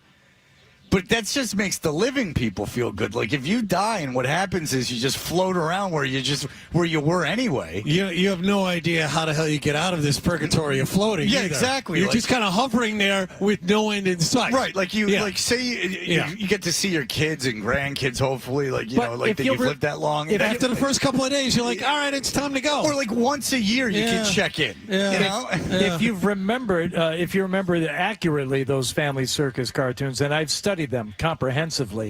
Grandma and Grandpa, they're not just in their Sunday go to meeting clothes or in their burial clothes. They're wearing angelic robes. So that leads me to believe they're just visiting down from heaven and then they go back. They're just checking in. Well, hopefully they can direct the little one to get where he's going without meandering all over the place, because I've seen the footprints. Oh my! Oh, you want to talk about a serpentine route? Hey, you're just supposed to be bringing me a pair of scissors. Don't run. Okay, I'm not going to run, but why don't you climb a tree? I am going to take the wildest route to and from those scissors. You're not going to believe it. That's like Hardy. Oh God, that's like Hardy. The line has to be dotted behind you. It's a great bit. Never get bored. That's of it. if you do it 5, 6, 7 times, 17 times a year. Here's the deal. Oh, by the way, because young Charlie was just out here. Yes. Got an email from Gary. Hey, speaking of substitutes, see if young Charlie can fill in for a class or two next semester. Go low, boys. Gare Bear out. Yeah. Charlie, I got an idea. Yeah. It's called The Leg and the Golfer. All right, check it. Guy's on a golf course. He's playing Masters, right? He's a big shot. Going to put on the 18th green, kaboom, there's a landmine. It takes off the guy's leg. Why now is there a landmine at Augusta National, Gary? Just some terrorism crap. Just follow me. Need separation of limbs. We'll figure that out. This is an outline. All right. So landmine goes off. Kablowy. Everyone's freaking out. Now he's got to figure out who the hell put this landmine in here. So do you go to the police? No, you go FBI. You go even like weird ones that no one knows about. Those agencies. And then How in about that the agency, GBI, the Georgia Bureau of Investigation? Well, I'll tell you what. But in this agency, they only get chicks with big cans. Okay. Specifically at the GBI. Yeah, so he's lost a leg, but he's got what he's got in himself is a lot of busty female companions. Okay. Sure. You follow me? With you so far. I need a thesaurus for jiggle. Because I can only use the publisher said only use jiggle 1,700 times. Wiggle, shimmer. Yeah. Sure. Yeah. I got a Twilight Zone. Check it. Okay. So Guys. this is different from the leg and the golfer. Yeah, I'm riffing, baby. I got a million ideas. Okay. All right, short story. Here's the deal. Pitching a TV show, 22 minutes. I can tell the story. Guy loves big asses, getting smothered by it, right? He's spending his paycheck every week for some floozies to come down and see his face. All of a sudden, he goes, only if I didn't have to pay for it, and da-da-da-da-da. He ends up on the moon, no oxygen tank, dead. Twilight Zone, right? Like when the guy breaks his glasses. He got his wish. But no air, right? Okay. I don't know if there's 22 minutes there, Gary. Can you fill out in some of the... Well, yeah, it establishes love of big-bottomed women and what happened in his childhood to get him to want this to happen to him, and then you pop him on Mars. I don't know if we have the budget for the special effects for that. Kablowy. There's no... Nah. Just get some green cheese and have them frolic around on it. Same thing as they did in '68. Wherever the hell year they went to the moon. 69. You were close. Now we're talking. Yeah. There is another TV show. This is something we're not going to have time to get to in the stack today because Eric Cole's still joining us. We still good? Okay. The house used in the TV show Breaking Bad is up for sale. Now, the woman who has owned this house, presumably for a very long time, Joanne Quintana, said they're averaging 300 cars a day. Oh, that's pathetic. Jesus. People coming by the house, Oh, my God. taking pictures in front of the house, trying to recreate the scene where Bryan Cranston as Walter White threw a pizza up on the roof in one take. So they're throwing pizzas up on a roof. The traffic, the photos, blah, blah, blah. Now, the average home price in your neighborhood is $350,000. How much do you think she is trying to sell the Breaking Bad home for? $1 million. Higher. 1.5. Higher. 2 million. Higher. 5 million. $4 million. Jesus. And for what reason? She says, now this is where I think maybe her plan is a little suspect. She says, I hope they turn it into a Breaking Bad museum or do something for what all these people want. Who is the they? Do you think the production company who made Breaking Bad has any interest in paying $4 million for a house that they already used for their purposes and has no use for anymore? Well, the guy from House of Pain, that's not the main guy, bought the house that they shot The Outsiders in Tulsa. And he's turned that into some kind of museum. But I don't think that's a $4 million. I think that if you paid $4 million for the house, you're not at any point making that money back. I just don't understand why people drive by there. It's in Albuquerque, right? It is in Albuquerque. So no one goes to Albuquerque. So you're making the jaunt out to Albuquerque, and then you see the house, and what is it to you? I'm actually going to go there later this summer or early this fall. I am going. To Albuquerque? Yes. Well, you live there. I did live there for a time, but I'm going there for a specific purpose. I would not go there specifically to visit the. But you're going to go by the Breaking Bad house. No. Oh, yeah. All right. Well, then you just told. Yeah, you're going to Albuquerque because you live there and you're going for a specific purpose. All right. Not to go see the Breaking Bad house. Like, wow, it was on TV. Great. Go ahead. Woman bought the Brady Bunch house in Studio City, California, 7 years ago. How much do you think she paid for it? Well, it's weird. Studio City. Well, it's an ancient house I don't know the prices in Studio City. I'll say $1 million. I'll say $5 million. 3.2. $3.2 million. Okay, but the land in that land it's on might be worth $3 million. Right. I don't know what it's She worth. admits the purchase was the worst investment ever. No one's going to ever buy this house for me to live in. It's like a big dollhouse. So she hopes to fundraise somehow. Plus, Fundraising and charitable events around the house. They only used it for exterior shots. Yeah. Nothing else. Yeah. No, I think that the inside is the. No. No. They shot it on a lot. Yeah. But the interior shots on a lot. Yes. If you look at the outside of the house, it matches nothing from what the interior shots are. Well, because the interior of that house for an architect was very poorly designed. I agree. I mean, you couldn't keep Greg in his room. He was either down in the den, making it some hippie dwelling, or he's up in the attic living there, trying to spook people out of buying the house. I mean, they set up a sheet on a clothesline and scared the bejeebus out of people trying to buy that place. I never understood how that UFO thing on the clothesline worked when they were doing the fake UFO. I don't think that would have worked in real life. Mm-hmm. But you know what also didn't work? Kay taking over for Alice. She didn't get the kids at all. No. She didn't know what rock and roll music was. That's the way the song went that they played. They said, hey, Kay, check out this groovy music. And then they, it's 1969, 1970, Led Zeppelin, Jimi Hendrix. Sure. And they played, like you couldn't even get a guy to play guitar in Los Angeles for you. You just had to make the lamest song of all time. Studio City, yeah. Studio City. All right, very good. Eric Cole's going to be here in a few minutes. We got a break. Okay, quick headlines. Okay. All right, when we come back, I don't mean to over-tease this, but Eric Cole will be joining us. There he is. Hurry up, Wallach. Gotcha.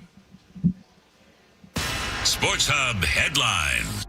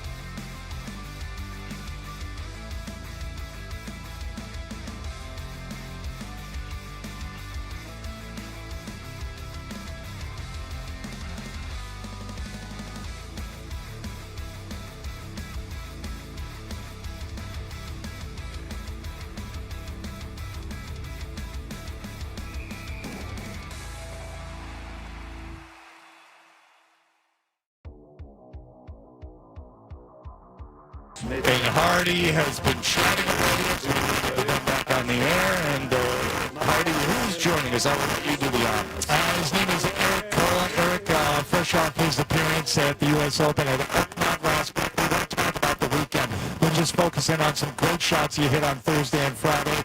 And I don't even know what happened after that. It's not important, right? Is that safe to say, Eric? Yeah, it's a brutal week, and you kind of know that going into the U.S. Open. And the great thing is about the tournament, if you play well, I think you're going to have a great week, and if you don't play well, which is what happened for me, then you miss a cut. So that's kind of what you learn in the tournament is that people who are playing the best kind of go to the top of the leaderboard, and then guys who aren't. So we were talking earlier before you got here, and it's all relating to baseball and the Red Sox have brought up now. These guys have, been working at their craft for years, but for the most part, they're young guys. They're in their early 20s, and they made their way through the minors. You have played on minor tours and been working your way up through the minor tour. Korn Ferry, this has been going on by my count for 12 years or more now. Established now, but this is not a case where play some high school golf, play a couple of years, decide to turn pro. That's more rare than anything, I think, in golf. I think a lot of guys do what you end up doing, and the grind is unlike any other professional sport I can think of. Yeah, for sure. It's in my case, it was a very long road to get here, and having go down for easier. Dennis. Back a little bit. Thank you. I think you see it a little bit with the top players kind of just come straight out on tour from college, and that's why they're so good, but it seems easy for them. But a lot of guys, especially as the depth in golf has grown, kind of take a little longer road, and I'm certainly one of those guys. I don't want you to be, by the way, overwhelmed with our professional. I know you're used to that ghetto-ass golf show. Real broadcasts don't go on right away. So that's the deal. Go ahead. Mom and Dad, very good players on the PGA Tour. Your dad won the Buick Open. Both Fred and I grew up in that area. So, and your mom, a fantastic LPGA player. Did they look upon you at any point, or has your family looked upon you and said, let's take this. This game is easy. You're bred like a thoroughbred here. You should be out there right away. What's the problem? What's with the mini tour stuff? What's with the current thing? Just get out there already, It actually was a little bit the opposite. I think they kind of had they were both very good at a young age and kind of had immediate success, but I think just them being in professional golf, they kind of realized how tough and how fine the line is between success and not having it. So they're almost the opposite. They're like, it's funny how, you don't necessarily have to change a lot, and, all of a sudden you can start snowballing and having success. So they were almost telling me to just keep doing what I'm doing, and you never know when that kind of switch is going to flip.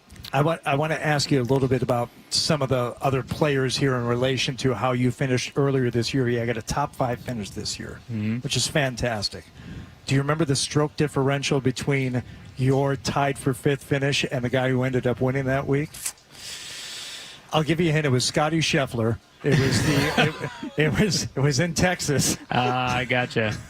That had to be 12 shots, maybe. I think it was 14. 14, there you go, yeah. I mean, so there are levels where amateur golfers, what we do has nothing to do with what you guys do. So you're out there. Are guys like Scheffler and maybe Rory at certain times in his career, do you feel like they're playing at a slightly different level than the other guys, or are you all just about the same and it depends on the week and whether or not the putts are dropping? Yeah, I think in my opinion, I think the top, let's say maybe 20 guys are definitely almost identifiable as a little bit better than maybe an average guy like me. So, it's kind of easy to see for me, like when I've spent my whole life in golf, the top 20 guys are definitely a little step ahead or half a step ahead of everybody. But especially when they're playing well. So you take the top 5 guys. If they're playing well, it would be extremely difficult for me to compete with them in a tournament, even if I'm playing well. But golf is funny. You never know when you're going to have a great week. And, if those guys aren't on the top of their game and I have a really good week, I feel pretty confident in my game that I can, compete with them. Okay, so today's a Pro-Am. And we were talking about you before we went on the air, and you're real nice, and you're like, yeah, hopefully, you don't mind doing these and all that. When you're a pro golfer, and not even in a Pro-Am situation, but just in general, if you play with a normal person and they're not good, they suck. How aggravating is it? Aggravating to you when someone's like looking for balls and losing balls, and is that a pain in the ass? Would you rather prefer not to be with someone like that? No, not really. I don't mind it. I think the bigger thing is like their attitude. Are they having fun? Are they almost weighing the group down because they're upset or something like that? That would bother me more than actually how they're playing or what they're scoring.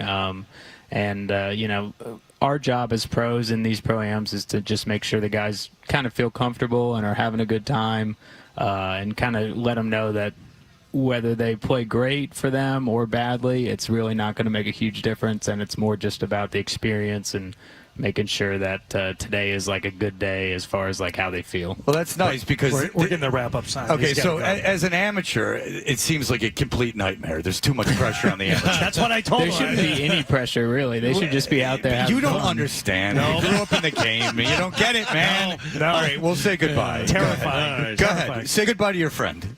I don't think we're friends yet, but we're getting there. Eric, we're friends, Cole, yeah, I for appreciate sure. it. Thanks for being here. Eric. Thank you, man. Thank you guys for having me. All right, there you Great go. to meet you We guys. got the wrap sign. And that's beautiful because we can stop the whole thing. Yeah, the show's over. You brought us home. Great. Look, the Travelers Championship, thank you so much. Everyone has been super nice to us, actually. Treated us very, very well. And for that, we are a lot of gratitude. Thank you guys so much for that. Very professional operation here. Beautiful golf course. Tickets are available at travelerschampionship.com. And come out. It's beautiful. And good people out here. Enjoy the golf. Enjoy the day. Wish us well at getting home. That'll do it for us. We all came separately, and everyone says